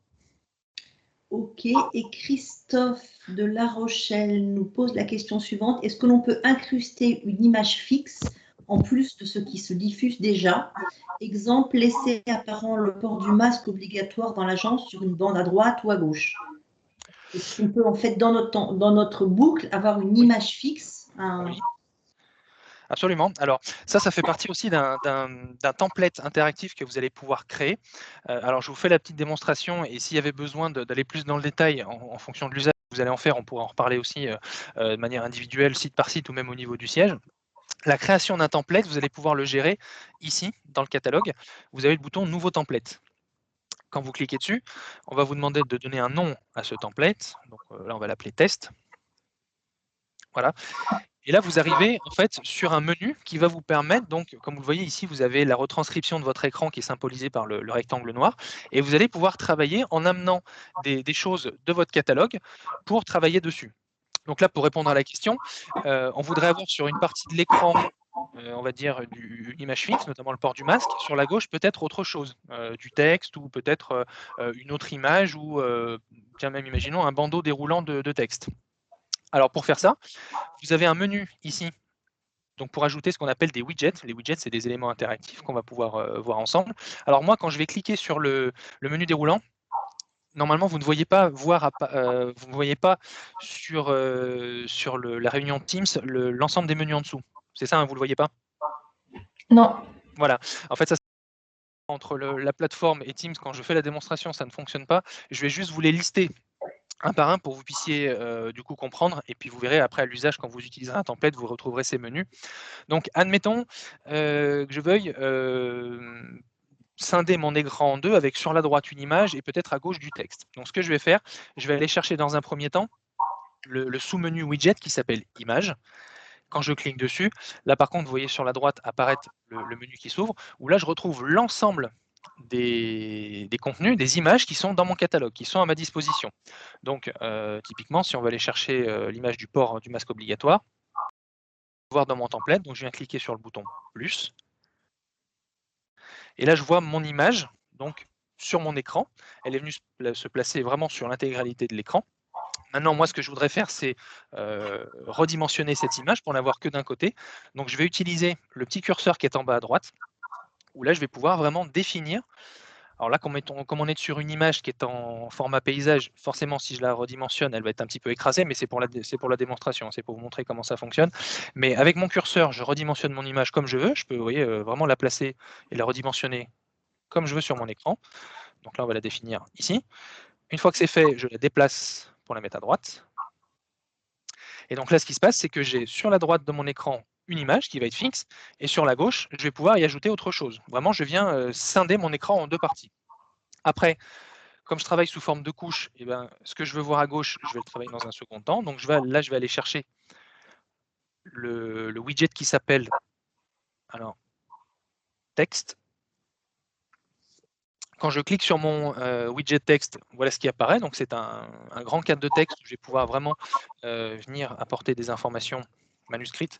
Donc voilà, test en direct. Je définis mon texte. Maintenant c'est pareil, là c'est un élément qui prend tout l'écran et moi je voudrais le voir sur la gauche de l'écran comme je l'ai vu tout à l'heure. Donc je vais me repositionner en bas avec mon je vais venir faire redimensionner. Donc là vous voyez, je fais apparaître l'image qui était en couche inférieure. Et donc là, je vais avoir du texte sur la gauche, mon image sur la droite. Après, mon texte, je vais pouvoir le personnaliser un petit peu. Je vais pouvoir lui dire de venir se placer au centre ou complètement à gauche. Je vais pouvoir gérer la taille du texte. Je vais pouvoir gérer la couleur du texte potentiellement. La seule chose que je ne pourrais pas personnaliser, c'est la police. Aujourd'hui, on est sur une police de base Arial.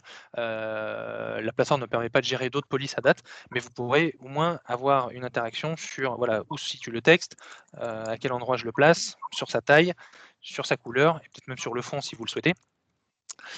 Et là, donc, pour la démonstration, je vois que sur la droite, j'ai une image fixe. Sur la gauche, j'ai du contenu aussi, mais qui correspond à du texte. Donc là, je viens de créer un template où sur la droite, j'ai un élément et sur la gauche, j'en ai un autre. Et là, vous allez pouvoir, avec les templates, laisser un petit peu libre cours à votre imagination et surtout à votre besoin de communication.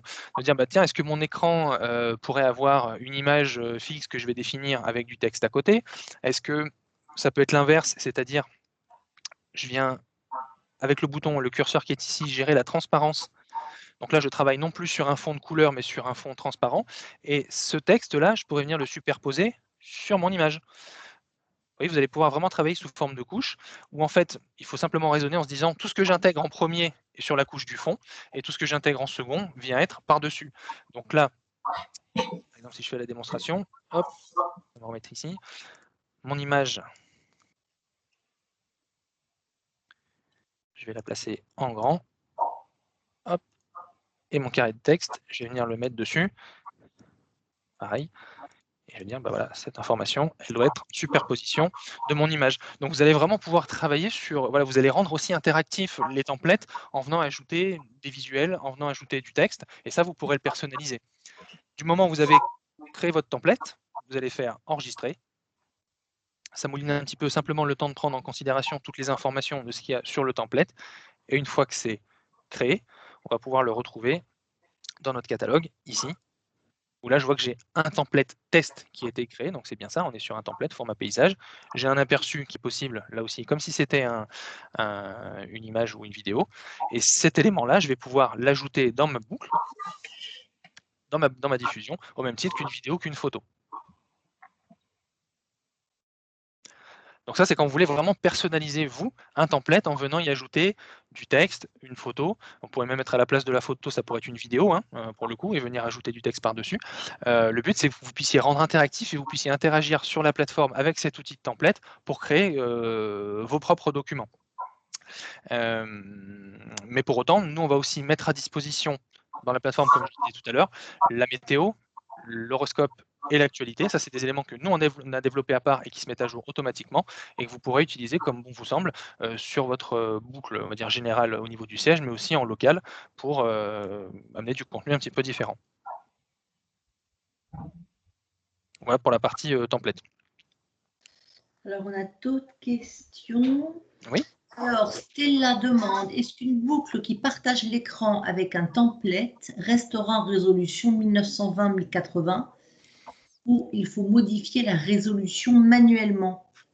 Alors, bonne question. Pour le coup, effectivement, le template que vous allez créer est automatiquement en résolution 1920 par 1080. Donc ça, c'est valable du coup pour les écrans au format paysage. Donc si vous allez sur la partie options, vous voyez que votre template, il est bien en format paysage en résolution 1920 par 1080. Tout ce que vous allez créer sera à la bonne résolution pour votre écran. Vous n'aurez rien à toucher. La seule chose, c'est que si vous êtes avec un écran qui est en résolution portrait, donc 1080 par 1920, au moment où vous créez le template, il faut bien vous rendre sur options et du coup cliquez sur l'orientation portrait, vous faites appliquer, et là vous voyez que votre template a changé de disposition, on travaille sur un écran à la verticale, et c'est là où vous allez pouvoir intégrer vos contenus dans cette disposition-là, dans ce template-là. Mais par définition, il sera toujours en résolution 1920 par 1080 ou 1080 par 1920 si vous changez l'orientation. Mais vous serez toujours de toute façon sur un template en Full HD adapté à l'écran. Je crois que sa question, ça portait plus, il y a un partage d'écran. Tout à l'heure, vous nous montriez que, par exemple, on peut laisser, enfin, si je comprends bien la question, tout à l'heure, vous avez montré qu'on pouvait laisser un message permanent, par exemple, le port du masque. Oui. Si je décide que le prend un tiers de mon image à droite, Oui. du coup, les 2 tiers restants, Oui. si j'ai créé, ma boucle sur un 1920-1080, comment ça va se passer? Puisqu'en fait, je n'ai plus la même dimension, puisque vous voyez ce que je veux dire? Là, dans votre exemple, Oui. le test en direct à droite ne coupe plus que la moitié de l'écran. Oui. Moi, je vais avoir créé ma boucle sur un 1920-1080, peu importe qu'on soit en paysage ou en portrait. Mais de fait, ma diffusion ne sera plus que sur la moitié de l'écran. Donc, du coup, vous voyez, mon espace disponible n'est plus 1920 sur 1080. Comment ça va se passer? Oui, je vois ce que vous voulez dire. Mais en fait, en fait, le template assimile que vous travaillez sur un espace de 1920 par 1080. En fait, ça, c'est tout mon template, ça, c'est votre écran. Donc, sur l'écran, même si j'ai sur la gauche une image ou même si je n'avais rien et sur la droite, j'ai que du texte, admettons que je supprime mon image, je n'ai que du texte sur la droite, et bien, sur la gauche, vous aurez un grand carré noir qui correspond à cette partie, et sur la droite, vous aurez votre texte. Mais lui, il va être adapté à la résolution puisqu'on travaille sur un rectangle qui, au complet, est à 1920 par 1080. Donc là-dessus, vous n'aurez pas de phénomène de distorsion ou de perte de qualité parce que le template que vous créez, il est de base en 1920 par 1080 ou 1080 par 1920 si on inverse. Mais même si vous n'avez qu'une partie de l'écran qui est travaillée avec une image ou une vidéo et une autre qui est travaillée sur autre chose, on n'aura pas de perte de qualité parce que le format global, c'est une résolution 1920 par 1080. Donc là-dessus, vous n'aurez pas de souci. Voilà. D'accord, mais pour autant, d'accord, ok. Et on verra la totalité de mon... J'ai du mal à comprendre ça. J'ai du mal à comprendre comment une vidéo qu'on met sur un format largeur tel qu'on a sur le paysage. Oui. En même temps, je ne suis pas spécialiste de la technique, hein, c'est peut-être normal que je ne comprenne pas, mais non, pas du tout. Si j'ai une vision comme ça sur un rectangle largeur, si j'occupe la moitié de mon écran par je sais pas, une image fixe, du coup, il me reste un espace qui se trouve en hauteur, qui se trouve plus en largeur. Donc, comment je peux ne pas avoir de distorsion? Je ne comprends pas. Eh ben alors, je vais essayer de vous montrer par exemple un template qui aurait été créé justement sur notre showroom. Comme ça peut vous donner un élément de réponse plus parlant par l'exemple. Qu'est-ce que j'aurais comme template à vous montrer? Alors, template, je vais plutôt chercher. Voilà.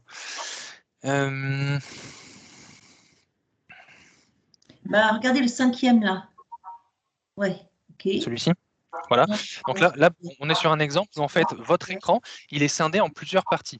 Vous avez sur la droite une météo, sur la gauche une image Halloween, au-dessus un bandeau défilant de texte, et en haut à gauche même une petite image. Donc ça, c'est vraiment tout votre écran. En fait, votre écran, imaginez-vous qu'il va afficher tous ces éléments-là. Maintenant, il se peut que si je supprime la météo, j'ai toujours le reste des éléments qui constituent mon template. Donc en fait, ce qui va jouer, c'est vraiment un écran comme ça avec différents éléments à gauche et en haut. Mais là, j'aurai un cadre noir. Oui, d'accord. Mais mon Happy Halloween, là, il est carré, là. Oui, il est carré. Et en fait, il va rester carré à l'écran. Au début, il a dû être créé pour être en paysage. Oui. Comment il a redimensionné l'image pour passer d'un paysage à carré? Il l'a étroitisé? Voilà, en fait, il a pris le curseur qui est ici. Ah, bah donc il y a une déformation d'image. Alors oui, parce que quand vous voulez appliquer une image qui est forcément en format rectangulaire et que voilà, vous la redimensionnez, il est vrai que du coup, vous allez avoir un phénomène où ça va l'écraser. De distorsion quand même. Voilà, de distorsion. La seule chose, c'est si vous respectez les proportions, c'est-à-dire que vous allez la redimensionner, mais aussi sur la hauteur, et où là, on va retrouver une image rectangulaire qui a moins ce phénomène du coup d'écrasement. Ouais, d'accord. Voilà. Donc Par contre, si attention vous... quand même. Nous, Oui. le message qu'il faut qu'on passe, c'est attention à la distorsion, parce que du coup, le logo va perdre. Voilà, après tous les éléments perdent. Donc, moi, je pense qu'il faut travailler que vraiment sur l'angle, mais pas travailler tout à l'heure comme vous l'avez fait en port du masque rétréci, parce qu'on ne respecte plus les proportions, on ne respecte plus notre créa. Il ne faut pas faire ça, quoi. Voilà, on ne respecte plus la proportion de l'image. Par contre, ce que vous pouvez faire, c'est télécharger dans votre catalogue une image qui serait du coup non pas au format 1080 par 1920, mais au format carré. Comme ça, dans la plateforme, vous savez l'identifier, vous pouvez même la taguer en disant bah, ça c'est pour mes templates. Parce que si cette image qui est dans le catalogue, vous la mettez en direct dans votre boucle, c'est ce qu'on disait tout à l'heure, il y aura un phénomène où elle ne sera pas à la bonne résolution, donc elle ne sera pas jouée ou elle sera mal indiquée. Par contre, si vous l'utilisez dans le cadre d'une création de template, et c'est notamment le cas de, si je reprends l'exemple qu'on avait tout à l'heure sur ce template-là, l'image qui est ici, elle était au départ carrée et en fait, elle a été redimensionnée sur l'écran pour vraiment la mettre en place. Vous voyez, même si elle est carrée, ce ne serait pas une image qu'on pourrait diffuser dans une boucle en direct parce qu'elle n'a pas les bonnes résolutions. Par contre, dans l'utiliser dans un template, là, c'est tout à fait cohérent et on peut faire du coup un petit montage en venant redimensionner ça proprement. On peut la mettre en haut à gauche, on peut la laisser ici. Vous voyez, on n'aura pas ce phénomène de distorsion parce qu'elle est pas, de base, elle est redimensionnée pour être travaillée comme ça. Donc, ça peut être aussi une façon de travailler son template, c'est-à-dire que je viens télécharger dans le catalogue des contenus qui ont une résolution différente, mais c'est vraiment dans l'usage d'un template. Et par contre, il faut vraiment que ça reste dans cet usage-là. Si je mettais cette photo de logo de pizza directement dans ma boucle, et ben en fait, elle serait diffusée comme ça. Je vais vous montrer comment ce serait diffusé à l'écran. Ce serait ni plus ni moins que comme ça. Hop, vous l'auriez au centre de l'écran et vous auriez ce grand cadre noir autour parce que l'image, elle n'est pas à la bonne résolution dans la boucle. Maintenant, dans un template, vous pouvez l'utiliser un petit peu comme vous le voulez pour créer votre environnement et créer votre montage. Bon, ok, donc à la question de Stella, je pense qu'il faut répondre attention, attention de distorsion, voilà. Bien surveiller. C'est ça. Et question de Sophie Subilo, la diffusion par la plateforme est disponible à partir de quand?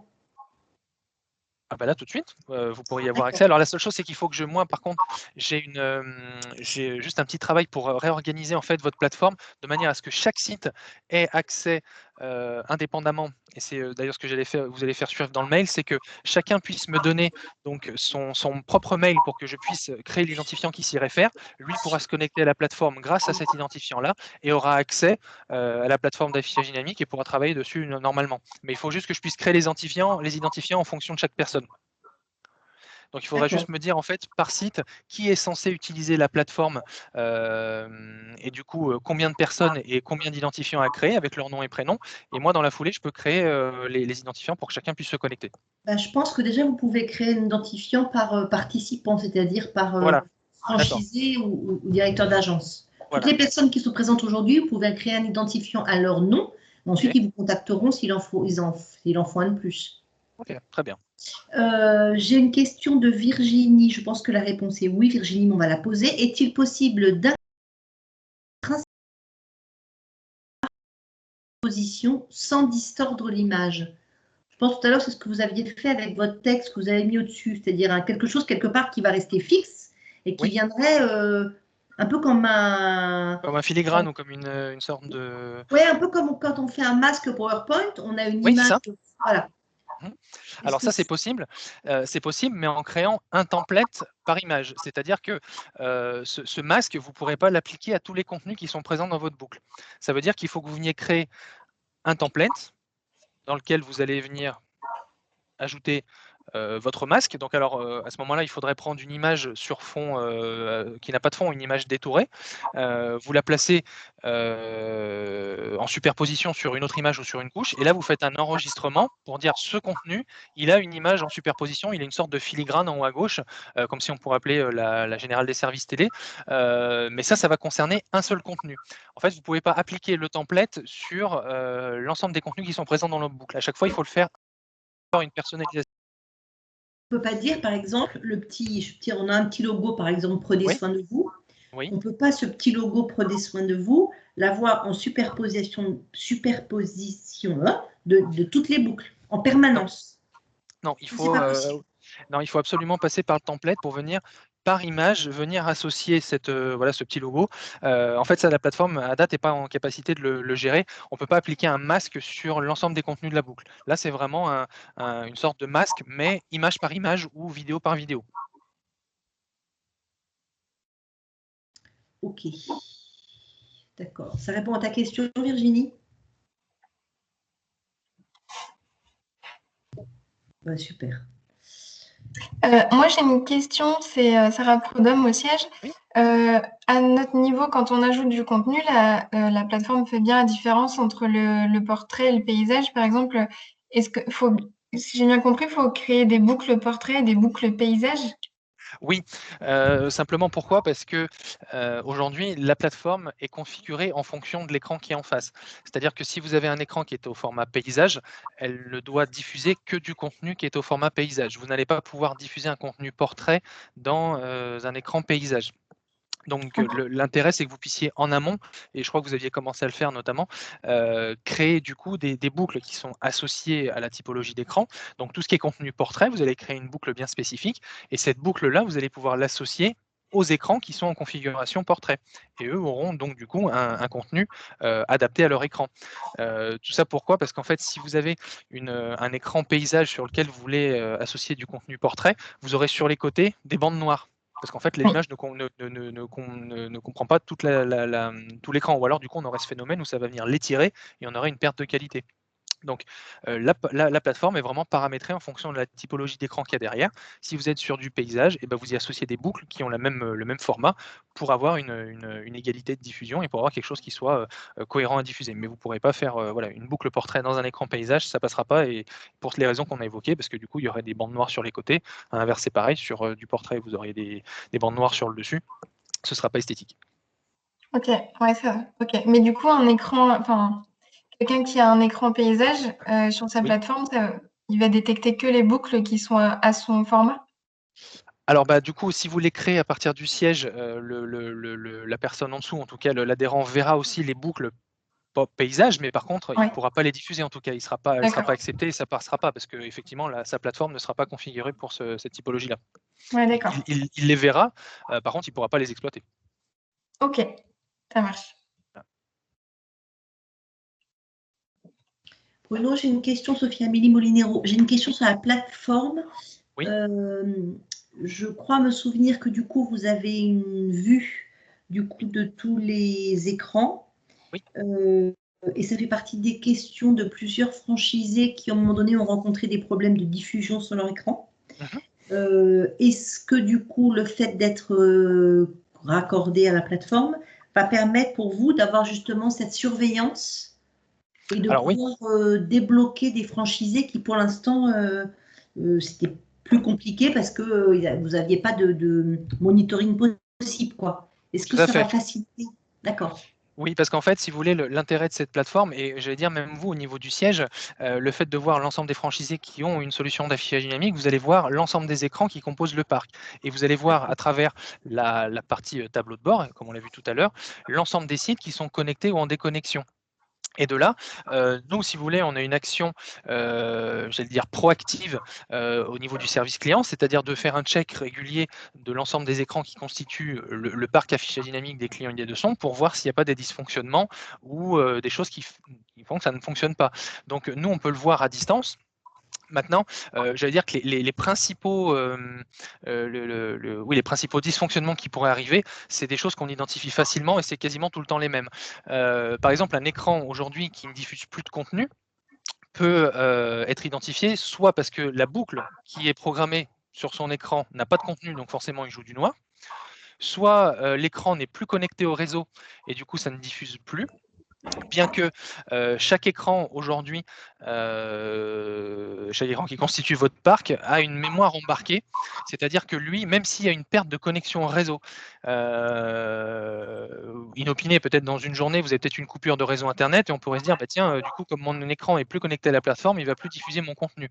Et ben c'est pas le cas, parce qu'en fait, l'écran a une mémoire embarquée qui lui permet de diffuser le contenu qui a été récemment téléchargé, en tout cas la dernière mise à jour, même en cas d'une coupure de réseau. Donc, même si vous avez une coupure Internet et vous avez un écran d'affichage dynamique qui est connecté à ce réseau Internet, vous aurez quand même du contenu qui est diffusé. Ça correspondra à votre dernière mise à jour parce que l'écran a une mémoire embarquée qui lui permet de diffuser ce contenu-là. Mais par exemple, si l'écran a un problème de luminosité, ça vous allez le voir aussi ou pas? Alors, la luminosité, c'est différent. Là, on est plus sur des réglages, on va dire, techniques et propres au paramétrage, en tout cas au matériel.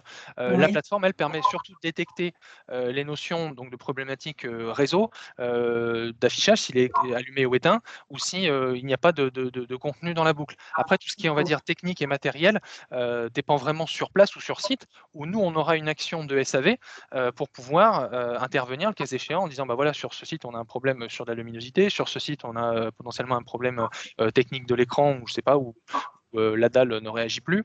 Là, on est plus sur de la notion matérielle qui la plateforme ne permet pas de gérer, puisqu'en fait, elle est vraiment là pour gérer du contenu et de la diffusion sur les écrans. Par contre, tout ce qui est lié au matériel, ce sera directement du SAV où là, on peut interagir avec les différents adhérents par téléphone ou à distance pour pouvoir trouver une solution au dysfonctionnement. D'accord, parce qu'en fait, on a une agence qui a un problème de matériel. Tout à fait. Et la réponse qui lui a été a priori apportée quand même, c'est que la plateforme pourrait l'aider à résoudre ce problème. Visiblement, ce n'est pas tout à fait le cas quand c'est un problème technique lié au constructeur. Oui, mais du coup, qui est-ce qui a donné cette information? C'est pour La Rochelle en plus, je crois. Hein, Oui, c'est La Rochelle. Voilà. Ouais. Mais pour avoir suivi aussi un petit peu le process, vous avez eu quelqu'un de chez nous qui a donné cette information? Comme quoi? Je crois savoir ça, mais peut-être je me trompe. Hein, mais en tout cas, la question, c'est qu'aujourd'hui, lui, je te pose plein de questions. La plateforme n'est pas une réponse, du coup, à ces problématiques techniques. Sur la partie matérielle, non. Vraiment, c'est vraiment sur de la diffusion de contenu. Là, en plus, je sais que sur cet écran-là, on va avoir une solution matérielle qui va être fournie et déployée, mais la plateforme ne pourra pas gérer effectivement une question de luminosité d'écran, une question de... Donc, il faut d'abord résoudre son problème avant qu'il contractualise avec la plateforme. Ça sera pas une solution. Oui. Ok. J'ai une question de Stella qui nous dit, est-ce qu'on peut avoir des effets spéciaux au niveau de la transition des images? Alors oui, on m'avait posé la question une fois. Alors à date, la plateforme ne permet pas d'avoir de changement. Je pense que ça s'apparente aussi aux effets qu'on peut retrouver sur PowerPoint, par exemple le fait de glisser une image par rapport à une autre ou de faire un fondu ou ce genre d'éléments. La plateforme, elle le gère pas. Elle gère en fait une transition très simple et très fluide, voilà, avec un fondu ou passage d'une image à une autre, mais on n'aura pas d'effet où on va pouvoir avoir l'image qui viendrait du coin droite pour se placer au centre. On n'aura pas d'effets spéciaux. Effectivement, ça va rester du basique et classique sur le principe. Ok. D'accord. Moi, j'ai plus de questions sur le chat. Si vous avez d'autres questions, vous pouvez aussi allumer vos micros. Oui.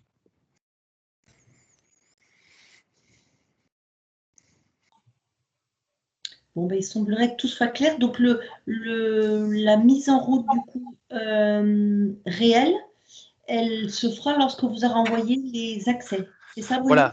Donc là, ouais, tout à fait. Donc là, le but du jeu, c'est que je puisse référencer tous les accès de tout le monde très rapidement pour que vous puissiez donc du coup accéder à la plateforme et commencer vos premiers tests directement. Donc ça, ce sera géré rapidement là d'ici la fin de la semaine. Je m'occupe de faire en sorte que tout soit paramétré et bien en place. Et à partir de là, chacun pourra donc accéder à la plateforme. Vous, au niveau du siège, vous pourrez continuer à ajouter des contenus, à créer des boucles qui seront donc accessibles pour les différents franchisés et de pouvoir commencer à faire interagir les plateformes de chacun et qu'on puisse voir les diffusions sur les écrans.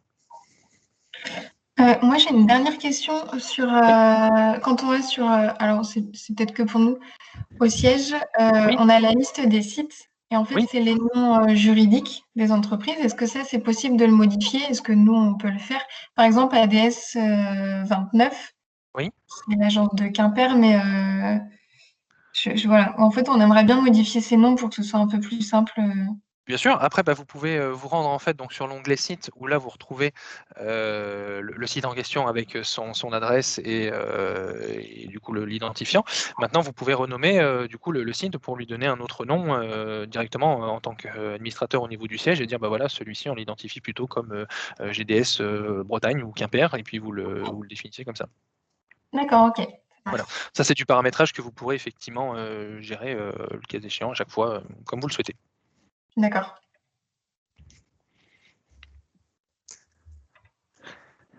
Après vraiment là, moi sur on va dire le déroulé des opérations, donc on va, en mettre en forme la plateforme pour que chacun ait ses identifiants, chacun ait ses accès à son propre site et pouvoir travailler dessus.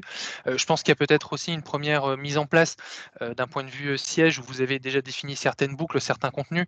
Est-ce qu'il y en a qui sont obsolètes? Est-ce qu'il y en a qui ont vocation à rester? Peut-être de refaire un travail ensemble, pour se dire: «Bah voilà, là c'est prêt, on peut le diffuser». Est-ce qu'il y a peut-être un travail encore de fond à faire en se disant, ça, on peut l'appliquer pour l'ensemble des sites. Moi, pour le coup, je reste à dispo et surtout, je vais voir avec vous comment vous voulez travailler le sujet. Mais disons que là, voilà, la plateforme, elle est prête. Chacun pourra avoir accès. Il pourra travailler, voilà, en local et utiliser ce qui est prêt au niveau du siège. Mais voir au niveau du siège social, effectivement, si vous voulez avoir, d'autres conseils ou d'autres astuces pour programmer et prévoir, vos campagnes de communication, pour, ajouter certains contenus, pour l'organiser aussi. Ça, on peut essayer de rééchanger ensemble, là prochainement pour, peut-être, retravailler sur la question. Après comme vous le souhaitez, mais on peut échanger ensemble, comme vous le souhaitez là-dessus. Ouais, ça marche. Là, on va finir le paramétrage et l'ajout de visuel, mais sinon, ouais, Ouais. si on a besoin, on vous recontactera. Voilà, oui, je veux dire sur l'organisation des boucles, sur, quelle boucle est associée à tel écran, vraiment pour que vous puissiez aussi être dans une utilisation optimale de la plateforme. Vous dire: «Bah, voilà, dès que je fais cette action, comment ça interagit? Qu'est-ce que ça a généré au sein des différents franchisés? Comment moi ça apparaît sur la plateforme? Est-ce que je peux, voilà, dupliquer cette boucle? Est-ce que je peux dupliquer un contenu? Est-ce que je» voilà, vraiment rentrer dans le détail aussi en fonction de votre usage, pour avoir toutes les petites techniques et toutes les petites astuces qui font qu'au quotidien, vous allez gagner aussi du temps pour l'usage et pour le transmettre aux différents sites. Donc ça, voilà, avec plaisir, si vous voulez qu'on échange, prochainement là-dessus pour, vraiment rentrer dans le détail du paramétrage de la plateforme et de votre usage. Là-dessus, il y a pas de problème. Ouais, d'accord, OK. On a une dernière question là Mmh. de Virginie qui nous demande est-ce qu'en attendant d'avoir nos accès personnels, les boucles créées par le siège peuvent être envoyées sur tous les écrans automatiquement? Oui, il faut juste que nous, on puisse faire l'organisation. Donc on va réaffecter les écrans du coup au siège et à partir de là, vous allez voir apparaître les boucles sur les écrans. Donc du moment où ça c'est prêt, vous allez le voir, affiché. Du moment où on a associé un écran à la boucle qui a été créée par le siège et bah, automatiquement sur l'écran, vous allez le voir apparaître. Donc c'est une question de temps, on va le faire rapidement, mais du coup vous le verrez apparaître automatiquement, vous n'aurez pas d'action à faire, ça va se générer automatiquement à votre niveau. Ça veut dire que Chaque ça veut dire que potentiellement, ça peut diffuser sur leurs écrans avant qu'ils aient leurs accès personnels? Ah oui, complètement, oui, oui, D'accord, ok. tout à fait. Et ça, c'est sous quel délai, vous pensez? Oh bah là, d'ici fin de semaine, hein, c'est pareil là, d'ici jeudi, pour moi, ça devrait être opérationnel. Ok. Ok. Pour toutes ces infos qu'on n'a pas forcément toutes mémorisées, Mmh. est-ce qu'il y a un tuto derrière, un écrit, quelque chose? Alors bah, je vais vous refaire un petit mail du coup qui va vraiment resynthétiser, surtout les prérequis, comme on l'évoquait donc sur les images, donc leur résolution, les extensions qui sont possibles. Vous avez, normalement sur, on va dire chaque, peut-être le regarder directement ici, mais sur, chaque partie de la plateforme, vous avez un petit bouton besoin d'aide qui vous permet d'avoir un petit rappel vidéo, vous voyez, de création de contenu, comment on intègre des contenus. Ça peut être un mémo que vous pouvez consulter n'importe quand. Et puis bien sûr, moi en parallèle, si vous avez, alors moi je vais vous renvoyer aussi la vidéo de cette formation pour que vous puissiez relire et reprendre la formation à certains moments pour savoir comment on procède. Vous aurez ces éléments, on va dire, un peu plus factuels à votre disposition. Et encore une fois, en parallèle, moi je pourrais répondre à vos questions si vous avez un point de détail que vous voulez voir avec moi, pour pouvoir vous permettre d'avancer et voilà, du coup gérer votre plateforme. Ok, impeccable. Voilà. En tout cas, j'espère que sur ce format qui était non pas un petit peu inédit, mais où on a été plusieurs participants, ça a été clair pour l'ensemble. Vraiment, voilà, le conseil que je pourrais vous donner, c'est une fois que vous avez les accès, c'est de vraiment pratiquer la plateforme, même si vous avez des contenus qui vous sont adressés donc par le siège et qu'il y a pas mal de choses qui vont déjà être mises à disposition, c'est de voilà, comprendre comment elle fonctionne en allant dans les menus, en venant interagir dessus, sur la diffusion de vos boucles, sur l'intégration de contenu, parce qu'il y a qu'en manipulant cette plateforme, vous allez vraiment en être expert. Mais voilà, c'est le conseil que je peux vous donner. Faites vivre votre affiche dynamique avec du contenu qui se met à jour, qui se renouvelle de temps en temps. Nous, on va vous mettre à disposition donc les contenus templates interactifs qui font que ça amène aussi un peu de diversité et de dynamisme. Mais voilà, vraiment, l'intérêt, c'est de faire évoluer votre plateforme avec votre communication, à faire en sorte que ce soit attrayant à regarder. Et à partir de là, pour moi, vous allez être vraiment voilà, optimal sur la gestion de votre affichage dynamique.